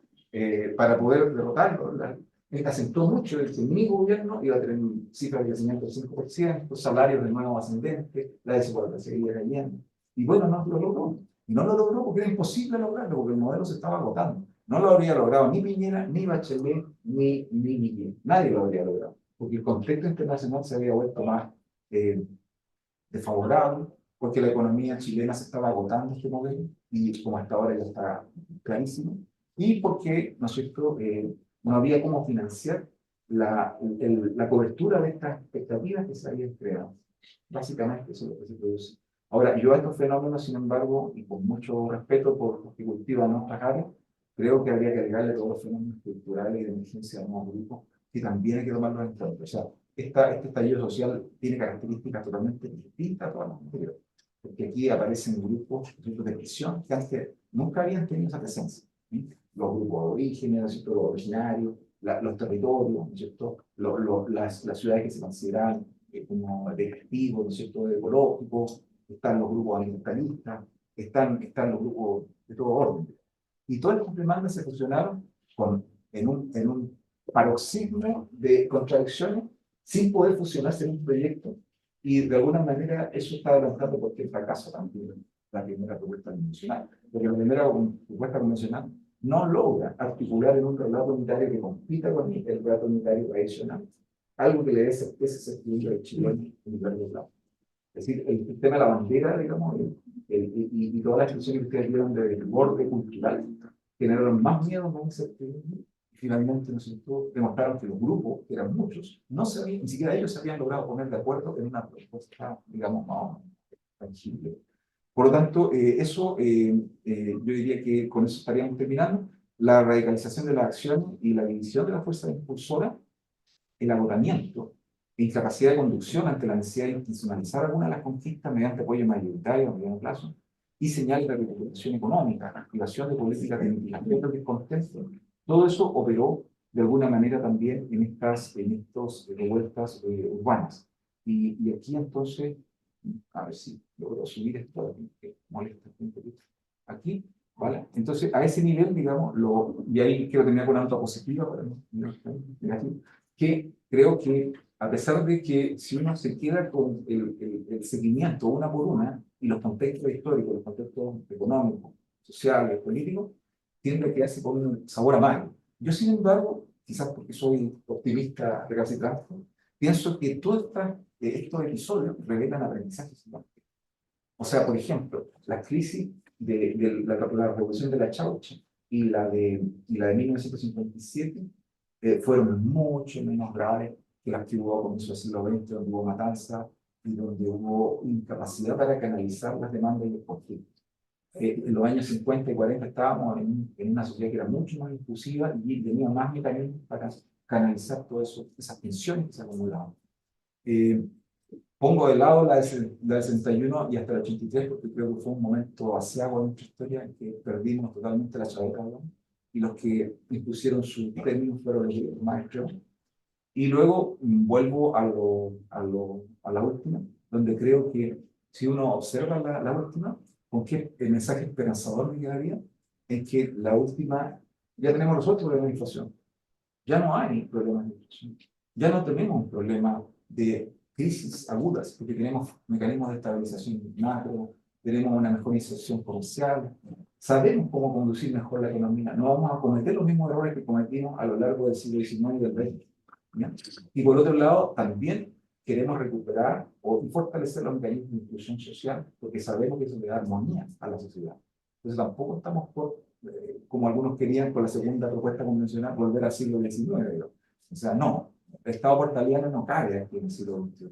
Entonces, está claro que han habido aprendizaje. Y yo, desde ese punto de vista, si lo desea, quiero expresar que para mí, cuando me lo preguntan mis colegas extranjeros, digamos, catalanes, me preguntan, bueno, pero fue todo destructivo. Digo, no, para nada. Yo encuentro súper sensato lo que lograron los chilenos. Los chilenos no les gustó porque era muy radical y generaba mucha incertidumbre la primera propuesta, y la segunda la encontraron muy a través diaria, que le llevaba a un pasado muy remoto con el que ya no se sentían cómodos.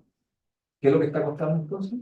Sabemos lo que nos gusta, esa capacidad para decir, sé lo que no me gusta y lo voy a hacer por escrito y no se va a implementar, es algo que revela mucha madurez, mucha madurez. A algunos les parece insensible, que es esa misma gente que votaba el 78% por cambiar la constitución, pero que haya rechazado dos propuestas que le parecen malas, me parece brillante. Cuando nos preguntan y se mofan de repente los chinos, dicen, bueno, pero ¿para qué hicieron ustedes que al final iban a terminar rechazando todo?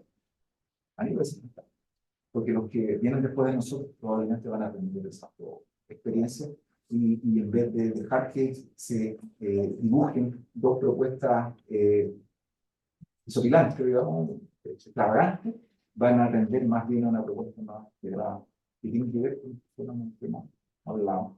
Así que, desde ese punto de vista, yo creo que yo me quedo con una sensación positiva. Y quizás lo último, que lo hemos hablado también con Waldo, con Marcelo y Simón, es que creo que el rol que cumple, y aquí dejo de compartir, el rol que cumple el fenómeno del transporte público hay que verlo con más detalle. Porque un locus muy especial. ¿Por qué la gente, por qué los deportes se producen en torno a los paraderos de metro, las destrucciones, etc.? ¿Por qué en el fondo el descontento pareciera canalizarse a esos lugares del espacio público? Claro, alguien podría decir, claro, porque es muy sencillo, o sea, es el lugar, es los pocos lugares de la ciudad donde convergen todos sus redes sociales. Todos los que no se expresan nunca en otros lugares, ahí sí se ven capaces de expresar. Pero claro, los que se sienten marginados, los que se sienten excluidos, los que sienten que esa parte de la ciudad no es suya, cuando llegan a esos lugares, no llegan para decorarlo, llegan para destruir, porque esa es la sensación que hay. Y por eso yo creo que hay un prurito de incapacidad de los grupos políticos actuales para comprender los fenómenos sociológicos que están detrás y psicológicos detrás de una revuelta popular que se da en torno al transporte público del metro. O sea, es impresionante. Acá quemaron hace poco un bus nuevo, estos eléctricos de chinos con wifi y todo. ¿Por qué se da eso? Porque es el único lugar donde pueden entrar estos grupos que en otros lugares no podrían entrar. Y por lo tanto, cuando entran ahí, no llegan repartiendo flores. Llegan con todo su enojo. Y ahí está entonces la capacidad de la sociedad para poder competir con eso y decirle, mira, no tienes para qué vestir un micro, canalizar ese descontento por el otro lado, ¿no? Vamos a ver si lo logramos. Muchas gracias.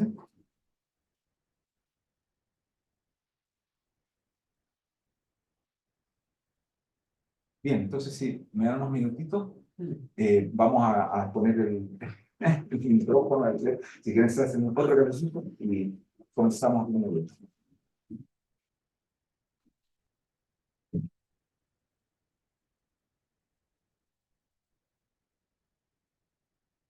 Voy a poner la cámara, voy a poner el micrófono y ahora vamos a escucharlos a ustedes porque lo que interesa es que esta conversación sea colectiva.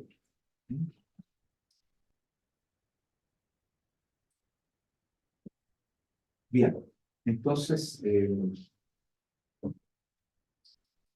vamos a empezar a usar esta cámara, ¿cierto?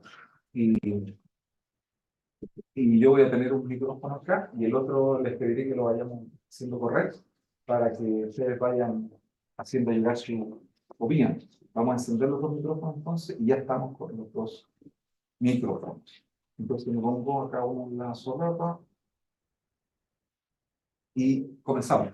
¿A quién le gustaría conversar, hacer algunos matices, digamos, se reciben críticas, pero comentarios, aportes?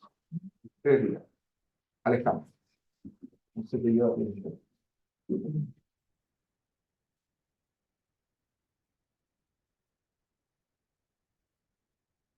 Bueno, primero que todo quisiera agradecer la presentación. Me pareció una presentación muy buena y que ha avanzado desde bueno, la trayectoria de los trabajos del profesor que relaciona principalmente con el aspecto económico. Acá se ve como un avance hacia abarcar un plano mayor de lo económico y su relación con lo social.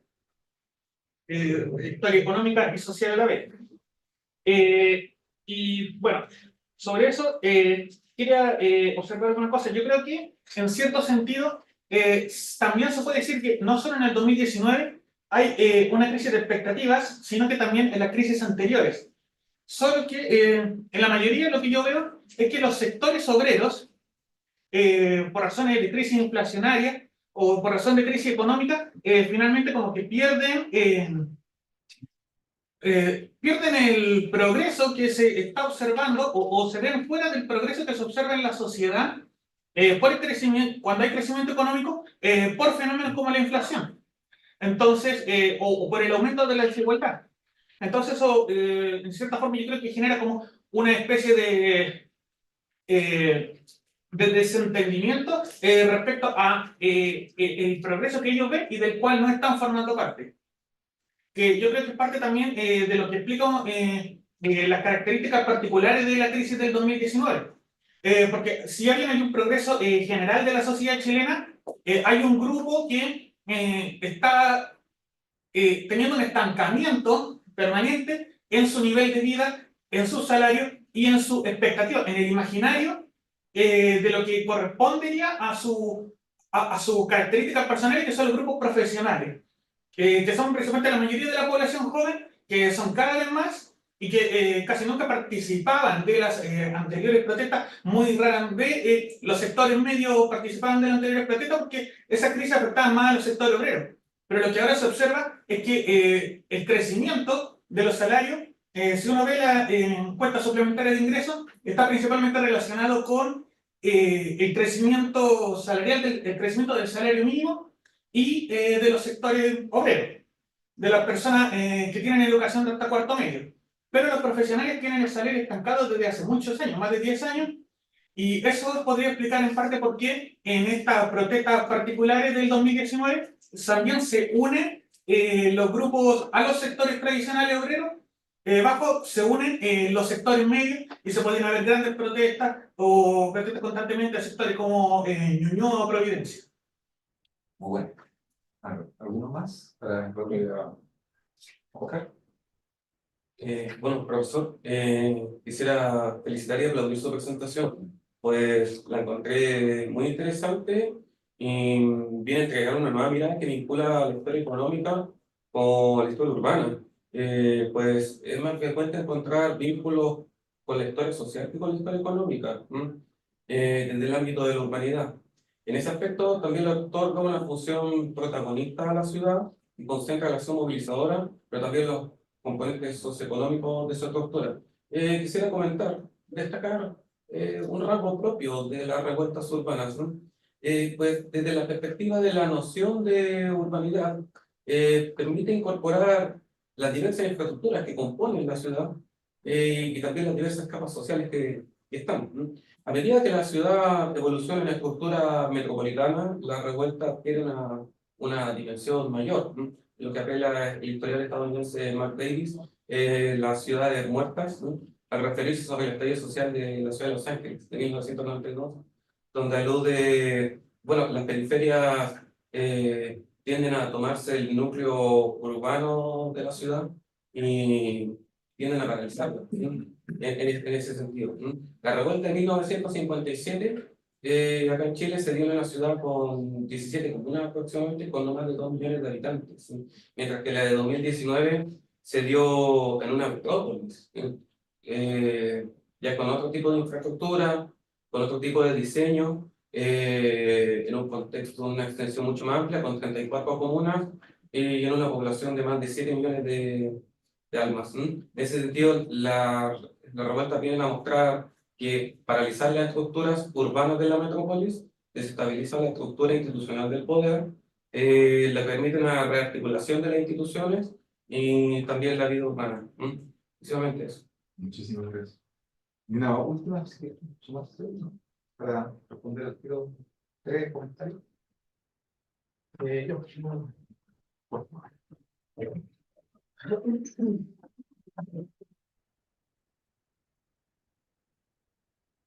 Eh,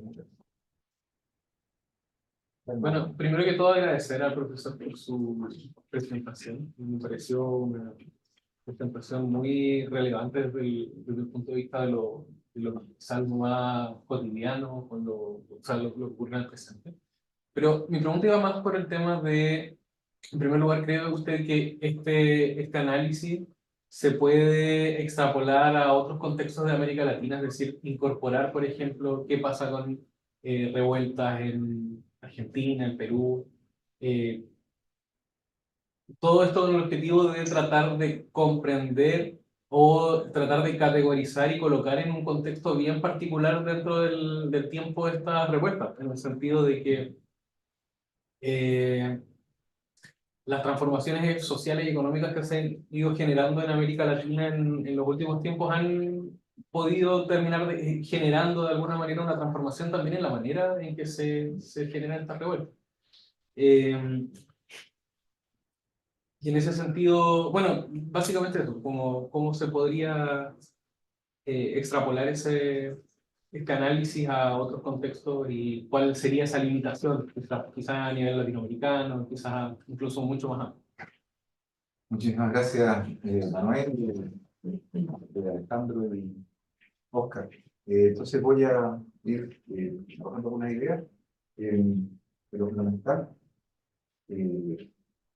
Son preguntas que es difícil satisfacer completamente, porque están abriendo vetas que aprovechan, digamos, dimensiones del trabajo, pero que requieren mucho más trabajo y mucho más voces, más que de lo poco que uno se le ocurre para escucharla, es que creo que efectivamente es correcto que lo que dice Alejandro, que la crisis de expectativa siempre ha existido. O sea, siempre ha habido un diferencial entre lo que una sociedad aspira en su momento, que en su momento sería un par de zapatos, digamos, otro sería una nevera, otro un teléfono, y hoy día, digamos, Internet, ¿no? Cada sociedad se va poniendo, va subiendo el valor de lo que aspira. Antes la gente decía, yo me conformo con tener educación para mi hijo, ahora no, ahora tiene que ser educación, pero de calidad. Entonces, le vamos sumando cosas que tienen que ver con el progreso. Eso se da mucho en las sociedades que no se estancan. Las sociedades que están estancadas, que no experimentan un plan de progreso, lo que uno tiende a ver es que ese baremo no sube, casi el mercado. Eso es interesante. Eso te permitiría dar razón a quienes están hablando de que la modernización va dejando su... Ahora, por otro lado, ese diferencial en ciertos momentos, tú tienes toda la razón, siempre ha habido ese diferencial entre expectativa y satisfacción, ¿no? Pero yo creo que en cierto momento esa brecha se ensancha más. O sea, lo que yo aspiro en un momento, en una época dada, y lo que me está dando esa época es la es mucho más grande la brecha que en otros momentos que esa brecha. Ahora, cómo trabajar todos esos conceptos en términos operacionales es complicado, pero creo que tú estás lo correcto, yo diría por ahí. Lo otro que creo que la forma de entender también la brecha es a través de los nuevos actores, los nuevos grupos. Y ahí hay unas brechas que son gigantescas, ya no solo de con la realidad, sino que cada grupo impulsa su propia agenda y tienen todos los derechos del mundo. Yo creo que Marlon Brando, cuando hace la película de los motociclistas, ¿no es cierto?, está expresando desde la juventud de la época de los años 60, James Dean, ¿no? Luego Elvis Presley, expresan la expectativa y el deseo de esa juventud que se siente frustrada y no incorporada. Luego los hippies, los años 70, incorporan otras cosas, ¿no? Y así, ¿no? Cada grupo joven va exigiendo sus espacios y es bueno que lo haga. Y probablemente este nuevo grupo de jóvenes de los 25 o 40 años, ¿no?, que son, son mucho más independientes, son mucho más profesionales, son mucho más educados, tienen características que no tuvieron todas las generaciones anteriores. Así que sí, te acojo realmente lo que te dice. Y lo otro que me parece muy fino el análisis desagregado de los salarios. Pero efectivamente, tiene toda la razón, porque esta brecha, si tú la observas, desagregas por ese tipo de profesional, ¿no es cierto? Dinero, agrícola, digamos, industrial, servicios no calificados, servicios profesionales. Entonces ahí tienes que, hay algunos que van a atenderse mucho más cercanos a la protesta, la van a justificar y la van a entender más, y hay otros que van a sentir que en realidad la protesta no nos interpreta mucho, pero quizás es la ocasión para ir a destruir lo que ellos odian como una ciudad que lo destruye. ¿Entiendes? Entonces en el fondo, es gente distinta que se vuelca a la protesta y que va a buscar cosas distintas. Entonces, efectivamente, ese grupo humano hay que descomponer y hay que estudiarlo por separado. Cosa que se hace muy difícil, porque cuando tenemos 1 millón de personas en la Alameda, no hay cómo decir cuántos pertenecen a tal y qué es lo que da cada uno. Pero creo que hay que estar la necesidad de hacerlo. Bueno, súper importante lo que tú dices. Respecto a lo que dice Oscar de la noción de la unidad, es fundamental, fundamental. Y qué bueno que lo recuerden, ¿no? Lo de Mark Davis y la ciudad muerta. Ayer veía un documental de brasileño, me acordé mucho de ti, del primer comando de la capital, Sao Paulo. Nacen como un grupo dentro después de la matanza de la masacre de Carambeí en Brasil. Nacen como un grupo que aspira a que por lo menos no se maten entre ellos y no todos anden con machetes y cuchillos. Porque la expectativa de vida que tenían presos al entrar era de 1 semana, o sea, se morían como moscas en enfrentamientos tontos por cualquier cosa, que ni miraste feo. Entonces lo que pone, crean unos estatutos, que es una especie de constitución, con artículos. Entonces el primer comando de la capital, algunos que eran más leídos seguramente, tenían alguna reflexión, proponen ciertos artículos, era un equipo de fútbol. Y se empieza, vamos a implementar un montón de equipos de fútbol para que no morir. Entonces, cuando estemos aquí, no usemos los cuchillos. Cuando estemos acá, acudamos a tal persona que el protocolo de convivencia, poner normas de convivencia básicas que necesitamos. Y cuando ya van creciendo en masividad, porque se transforma en algo así como el equivalente a lo evangélico de las casas chilenas. Todo después quiere ser el primer comando, que no te muere. Para la cuota, eso es el punto. Pero el problema es que crecen tanto que en un momento determinado son capaces de poder hacerlo. Entonces, claro, ahí se convierte en una organización que protege a los criminales que están en la cárcel, pero que también busca espacios de expansión y de influencia fuera de la cárcel. Impresionante. Entonces, claro, ahí lo que tenemos es que, entonces, todos estos fenómenos que están viviendo de desintegración, de fractura urbanística, de inclusión, fallidos, intentos, proyectos que no fructifican y que dejan a mucha gente marginalizada. Yo creo que lo estamos viendo en Chile hoy día, la droga y todas las semanas ya las estadísticas ya son rotas cada semana. Antes nos asombrábamos porque había 3 muertos y demás. Hoy día si son 7 o son 10 ya no nos asombra. Y probablemente van a seguir subiendo, van a ir subiendo con secuestros y con todo lo demás. Bueno, es por eso que no estamos siendo capaces de integrar a más de 800.000 jóvenes que no trabajan y estudian, los famosos niños. Y luego tampoco estamos siendo capaces de integrar a los inmigrantes, hermanos, que se meten en lugares, digamos, poblaciones, ocupan las zonas, entran en conflicto con los otros sectores populares. O sea, no tenemos una absoluta disolución. Pero ¿qué es lo que observamos de parte de los partidos políticos? Puro egoísmo, pura miseria humana. Todos se culpan así, todos tratan de sacar la ventaja poquísima de lograr un votito a costa de yo te culpo a ti. Pero cuando se pongan por fin de acuerdo, si es que el lo hacen, van a, los mecanismos, los proyectos se van a tardar 20 años. No van a bajar la criminalidad. Eso es lo que se tomó Medellín en bajar la criminalidad. Entonces, claro, efectivamente yo creo que esto no podemos no relacionarlo con la forma, podríamos decir, inorgánica, cómo creció la ciudad latinoamericana. Eso es fundamental. Y para eso es importante las conversaciones que puedas hacer con otras zonas del mundo desarrollado, donde ocurrió lo mismo, por consecuencia, por consecuencia de algunos gobiernos regionales, que no se dieron cuenta y dejaron que el espacio fuera ocupado así, de forma inorgánica, sin planificación. Y ahí volvemos a rescatar la palabreja, ¿no? Que tanto fue odiada por los neoliberales, planificación. Porque si no hay planificación, no hay forma de hacer convivir a la gente. Entonces, claro, la revuelta urbana va así. ¿Sí? O sea, yo estoy convencido de eso. No soy, pero van a venir otros peores, cada vez más masivos, cada vez más. Entonces, ¿qué es lo que observamos? Uno dice, no, estos fueron unos conspiradores que querían derribar al gobierno. Y los otros dicen, simplemente fue, ¿no es cierto?, qué sé yo, las promesas incumplidas de este gobierno. Y con esa doble no llegamos a ninguna parte, porque estamos resolviendo el problema. Entonces hay que salir de esa mezquita, esa miseria humana. Y por último, Manuel, escucha, la pregunta es extraordinaria. Yo creo que sí, hay que hacerlo. O sea, hay que extrapolar, más que extrapolar de lo que haría ahí. ¿Cuál es la situación? Habría que reunir trabajo de este tipo que se sitúan desde esta combinación de mirada a nivel de varios países Y obviamente que lo que va a ocurrir es que se van a tender a agrupar en torno a sociedades que han vivido trayectorias más o menos similares. Los países que se han avanzado más rápido, que tienen más educación, qué sé yo, que tienen más inclusión social, se van a agrupar en un grupo, ahí vamos a estar con Uruguay, con Costa Rica, con Argentina, todos los países van a estar, Haití van a estar, qué sé yo, en otra franja, qué sé yo, Brasil, México, son países con mucha más conflictividad que no se expresa de esta manera.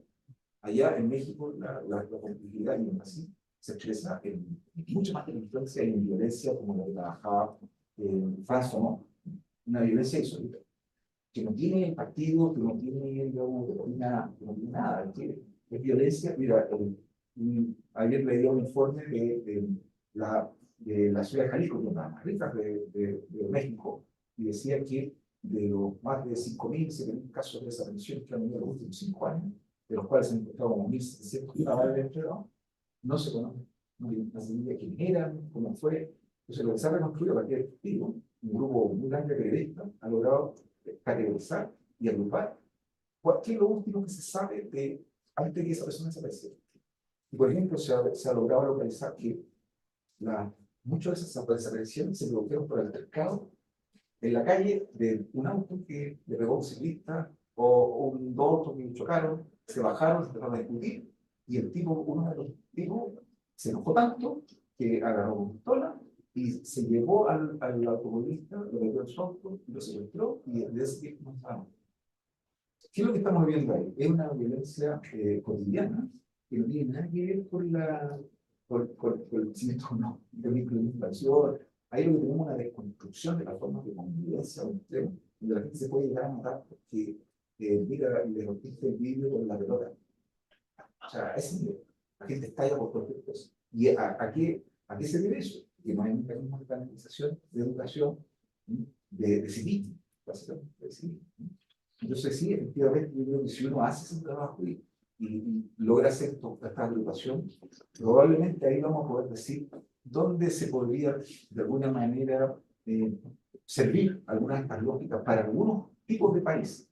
Ahora, yo no soy capaz de hacerlo, pero claro, ojalá que hubiera muchos que se animaran a esa tarea y probablemente juntando varios casos, juntando varias experiencias de varios países, podríamos llegar a decir hasta qué punto, por ejemplo, Argentina, Uruguay y Chile vivieron más o menos la misma trayectoria con estos mismos, o no.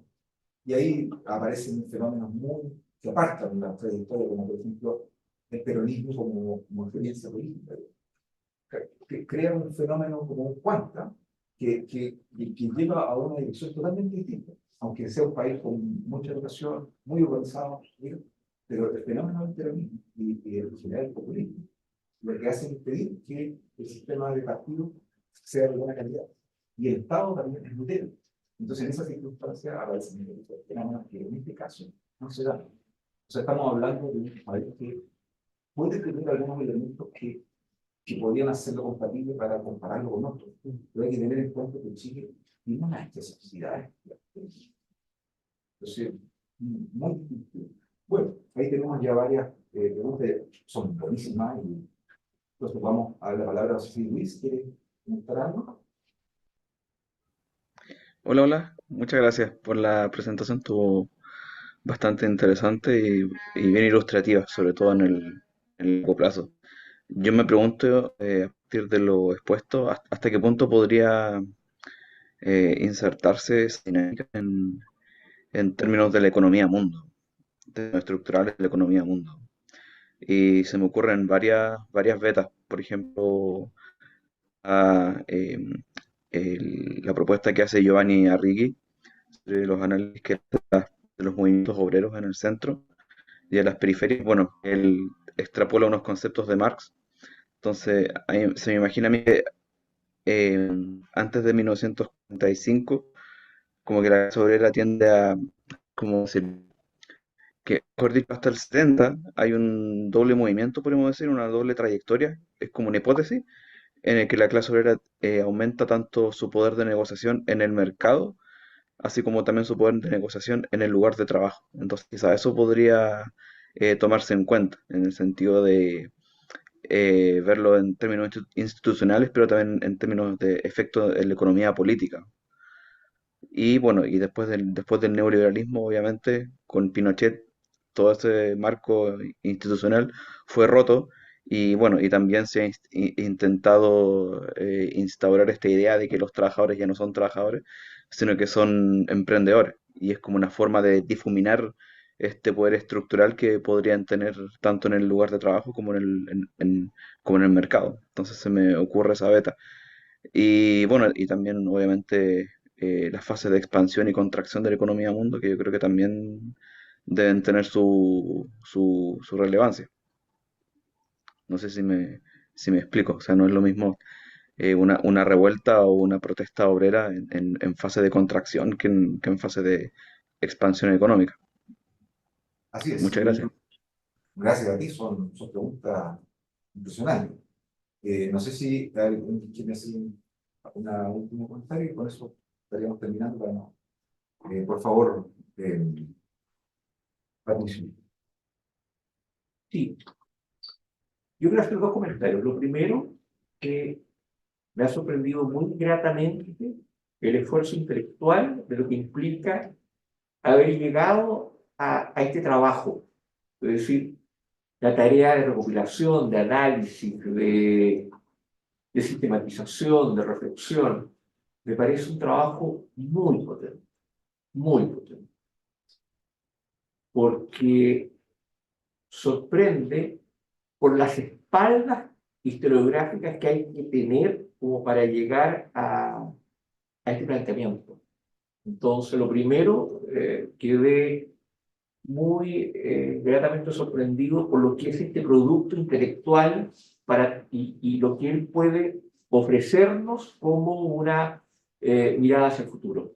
Para entender el pasado y para proyectarlo al futuro, eh, es notable, ¿verdad?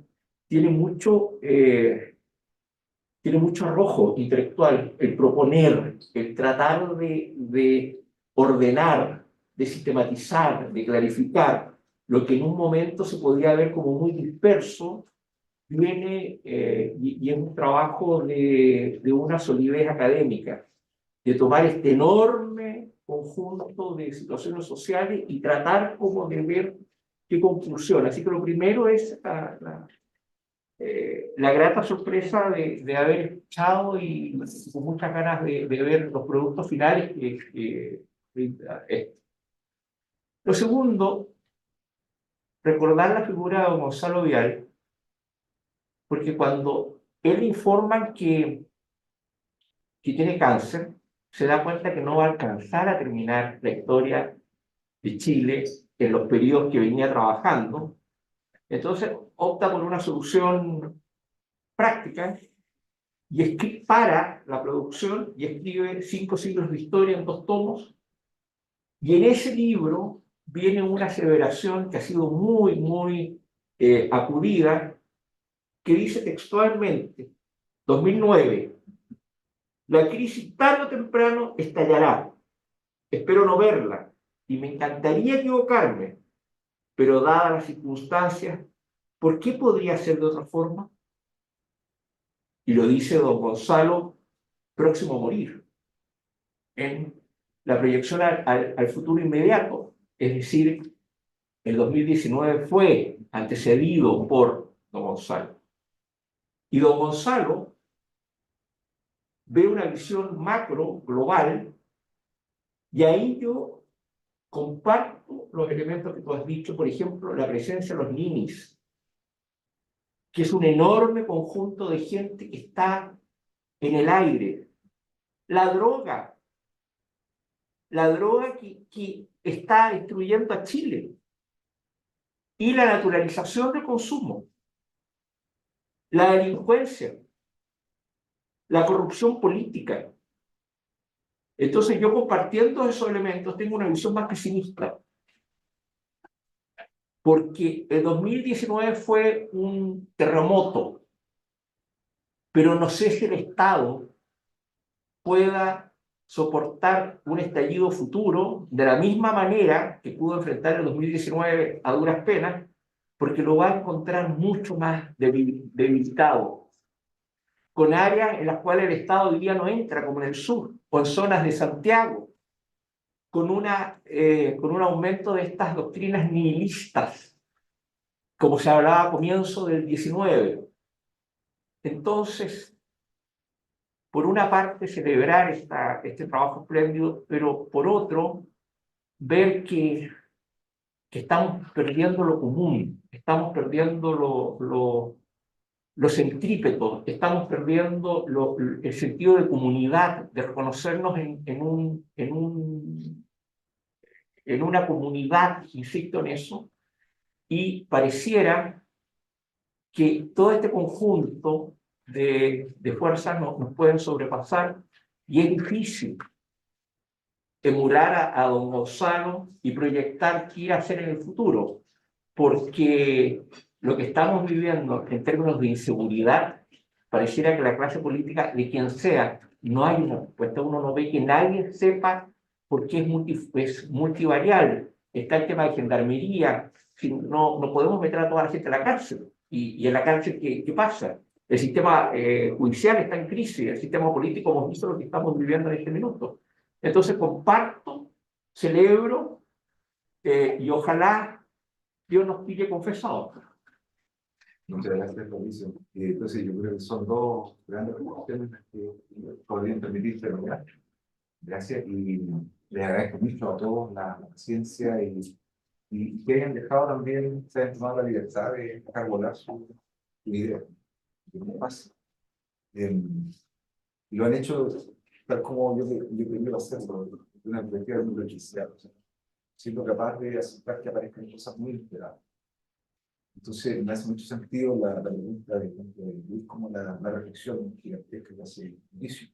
Respecto a lo de Luis, si es que está ahí todavía, creo que efectivamente, creo que otro error que no hay que cometer, y que uno podría verse tentado a cometerlo, es no ser capaz de buscar las trayectorias más o menos paralelas que tienen algunos fenómenos globales y que están afectando este viaje del conflicto de la revuelta urbana en Chile. Este viaje de la revuelta urbana en Chile no se está dando en Chile, se está dando en todos los países. Entonces, lo que habría que hacer es decir, ¿por qué algunos países viajan en una dirección y otros viajan en otra? ¿No es cierto? ¿Y hacia dónde querríamos viajar nosotros? O sea, porque lo que está claro es que el conflicto no va a desaparecer. Yo me escribo aquí una escuela que no ve el conflicto como un problema, sino que ve una posibilidad de crecer, igual que los seres humanos, también peleamos. ¿No es cierto? El aprendizaje institucional no viene de la paz de los cementerios, no viene de la estabilidad. Todos quisiéramos la estabilidad, la certidumbre. Yo sé que los juristas y las dueñas de casa y muchos quisieran que la tasa estuviera siempre colmada y tranquila. Pero para que los pueblos crezcan y las sociedades se pongan al día con sus historias, necesitan ser capaces de cuando tengan su conflicto, procesarlo de tal manera para encontrar acuerdos y, ¿no es cierto?, negociar otras formas de ver las cosas, escucharse y forjar nuevos contratos, nuevas instituciones, nuevas reglas del pueblo. Eso es inevitable al ser humano. Se viene ahora la virtualidad con todo, y no pretenderemos usar los mismos contratos que usábamos en el periodo histórico, que llamaremos a futuro la pre-virtualidad. Es cierto, tenemos que ser capaces de escuchar eso. Y en ese sentido, lo de Luis es fundamental. Y estos fenómenos que lo vemos acá, en el fondo tenemos que ver como réplicas de fenómenos que están dando a la vez en varios lugares del globo. Pero distinguir también las particularidades, ¿sí? Con qué tonos especiales se dan en Chile o en América Latina. Y dentro de América Latina, ¿cuáles grupos lo canalizan de esta manera? ¿Cuál es el otro? ¿No? Entonces, sí, yo creo que es fundamental hacer esto. Es un ejercicio intelectual también me desborda, pero creo que Luis es absolutamente capaz, tiene la potencia intelectual para hacerlo, y otros de su talla, que pueden mezclar esto que estamos haciendo y combinar estas cuerdas, que nosotros nos permiten orientarnos dentro de esta oscuridad y vincularla con las cuerdas del globo terráqueo, lo que está ocurriendo con la humanidad. Así que totalmente de acuerdo, Luis. Yo no soy capaz, pero estoy más como Gonzalo viendo cuánto tiempo me queda. Entonces, tendrán que ser ustedes otros los que se animen a esa tarea. Pero hay que hacer todo, y hay espacio para trabajar en muchas cosas. Ahí tienen harta tarea. Y respecto a la reflexión que propone Patricio de una altura ética e intelectual primordial, ¿no? Y creo que en ese sentido, quizás esto nos debería llamar a terreno como historiadores que sabemos que tenemos fragilidades, que lo nuestro sigue siendo un taller artesanal todavía en más medida, y que tenemos que construir narrativas y lecturas sumando mucha obra. No podemos vivir enclaustrados. Yo creo que esta idea del señor Barbarán encerrado en su escritorio ahí, que nunca vio la luz de la calle, ahí era como un ratón de biblioteca, eso ya no funciona.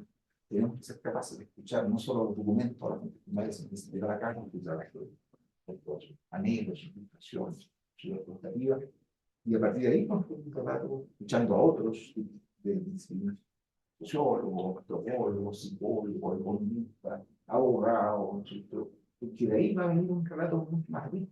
Los historiadores tenemos que ser capaces de reunir todos esos trozos y darle una articulación dentro de un relato diacrónico, o sea, a lo largo del tiempo. Y dicho así, entonces, sí, yo creo que en una cosa estoy de acuerdo con Pato y de alguna manera con Gonzalo Díaz, es que de no hacerse nada, lo que va a ocurrir va a ser lo que decía él, lo que tú dices. O sea, si las cosas se mantienen así como están, seguimos quitándole el bulto y no nos preocupamos, como pasó entre el 2005 y el 2019, que se creyó que todo el mundo era feliz y se hablábamos que éramos el oasis, que éramos el mejor país el mejor país del mundo, que éramos un páramo de felicidad, digamos, nadie nos igualaba, nos sentíamos únicos. Bueno, eso es un delirio, ¿no? Un delirio. Era un delirio, siempre fue un delirio. Y el problema es que ahora ya lo sabemos. Pero ahora es mucho más criminal, más extracado cuando ya lo sabemos que cuando no lo sabíamos. Porque si no lo sabíamos, mira, podemos justificar, decir, sí, es verdad que las cifras eran muy buenas, en realidad no teníamos como darnos cuenta. Había tantos halagadores, había tanta gente que hablaba bien de todo el mundo nos alababa. No nos dimos cuenta, nos quisimos convencer de ese relato maravilloso, que no era verdad. Bueno, pero ahora ya nos dimos cuenta. Y tenemos ahí las bandas cortándole la cabeza a la otra banda para poder hacer un territorio. Tenemos 7 muertos un fin de semana. Tenemos unos territorios que están totalmente desbordados. Tenemos una pérdida de la convivencia. Y tenemos unas capacidades mínimas del sistema partido. Si hay que buscar un lugar en la historia donde el sistema partido no reúne ni legitimidad ni autonomía, es este. No estamos como en los años 30. O sea, nadie les diría qué son los más corruptos según las encuestas. Los partidos y el Congreso. ¿Quién confía en los partidos? No es nadie, ni mi abuelita. Y por otro lado, un Estado absolutamente desbordado ante las demandas, que ya no se hizo lo que se tenía que hacer hace mucho tiempo, y ahora hay que hacerlo rápido. Y estamos en medio de mezquindades políticas que obligan a tomar decisiones apresuradas, que normalmente son las peores. Entonces de repente aparece un grupo diciendo, bueno, acá la solución es muy simple, mano dura, saquemos a los militares de la calle, digamos, y se cree, ¿no es cierto? Con eso va a terminar la criminalidad. No, en ningún país ha funcionado así. Pero está la tentación, o saquemos todos los retiros de un viaje para ser felices, porque ahora eso ahorro es nuestro. ¿Se fijan lo frágil? ¿No? Porque ya no hay referente que me diga, oiga, no piense eso es equivocado, pensemos en el bien común, pensemos en el interés general, pensemos en los colectivos. No hay personas que debemos autoridad moral para que nos guíen y nos digan, no caiga usted en el individualismo absoluto. Entonces, efectivamente, no tenemos a la iglesia. Se desmoronaron todos los íconos que tenían alguna familia. La familia, ¿no? La familia como tal está desapareciendo. La familia que va a ser unifamiliar o biparental o uniparental. Entonces, se vienen todos esos fenómenos con mucho ímpetu y no estamos siendo capaces de resolver los que ya tenemos acumulados, menos los que van a crecer. Entonces, si no nos ponemos a la pila, seguro que va a ocurrir. Pero yo, bueno, tengo confianza en que todas estas señales a algunos les hagan sentido y algunos vayan más allá del egoísmo del corto plazo y sean generosos y estén dispuestos a escuchar otras voces y decir, mira, nos reconocemos en la diferencia, somos súper distintos. Tú eres Pacho, yo soy Benito, yo soy de acá, da igual. Pero en el fondo, mira, salvemos el país, si no se puede. Carajo, y va dando lo mismo, si vamos Pacho o vamos Benito. Todos van a ser arrastrados por la basura. Exactamente. Y esa reflexión no nos está faltando. En ese sentido, yo creo que podemos sentirnos, digamos, convocados por este desafío, de que estos trabajos que están realizando acá vayan en la dirección de llamar a esa abierta institucional para que nos preocupemos de las cosas importantes, dejemos de lado las necesidades que son tan importantes. Así que por ese lado yo creo que esta visión, espero que haya aportado en esa dirección, porque no tiene, no está escrita a ninguna doctrina que redefina su resultado. Estamos listos, yo les agradezco mucho y entonces a partir de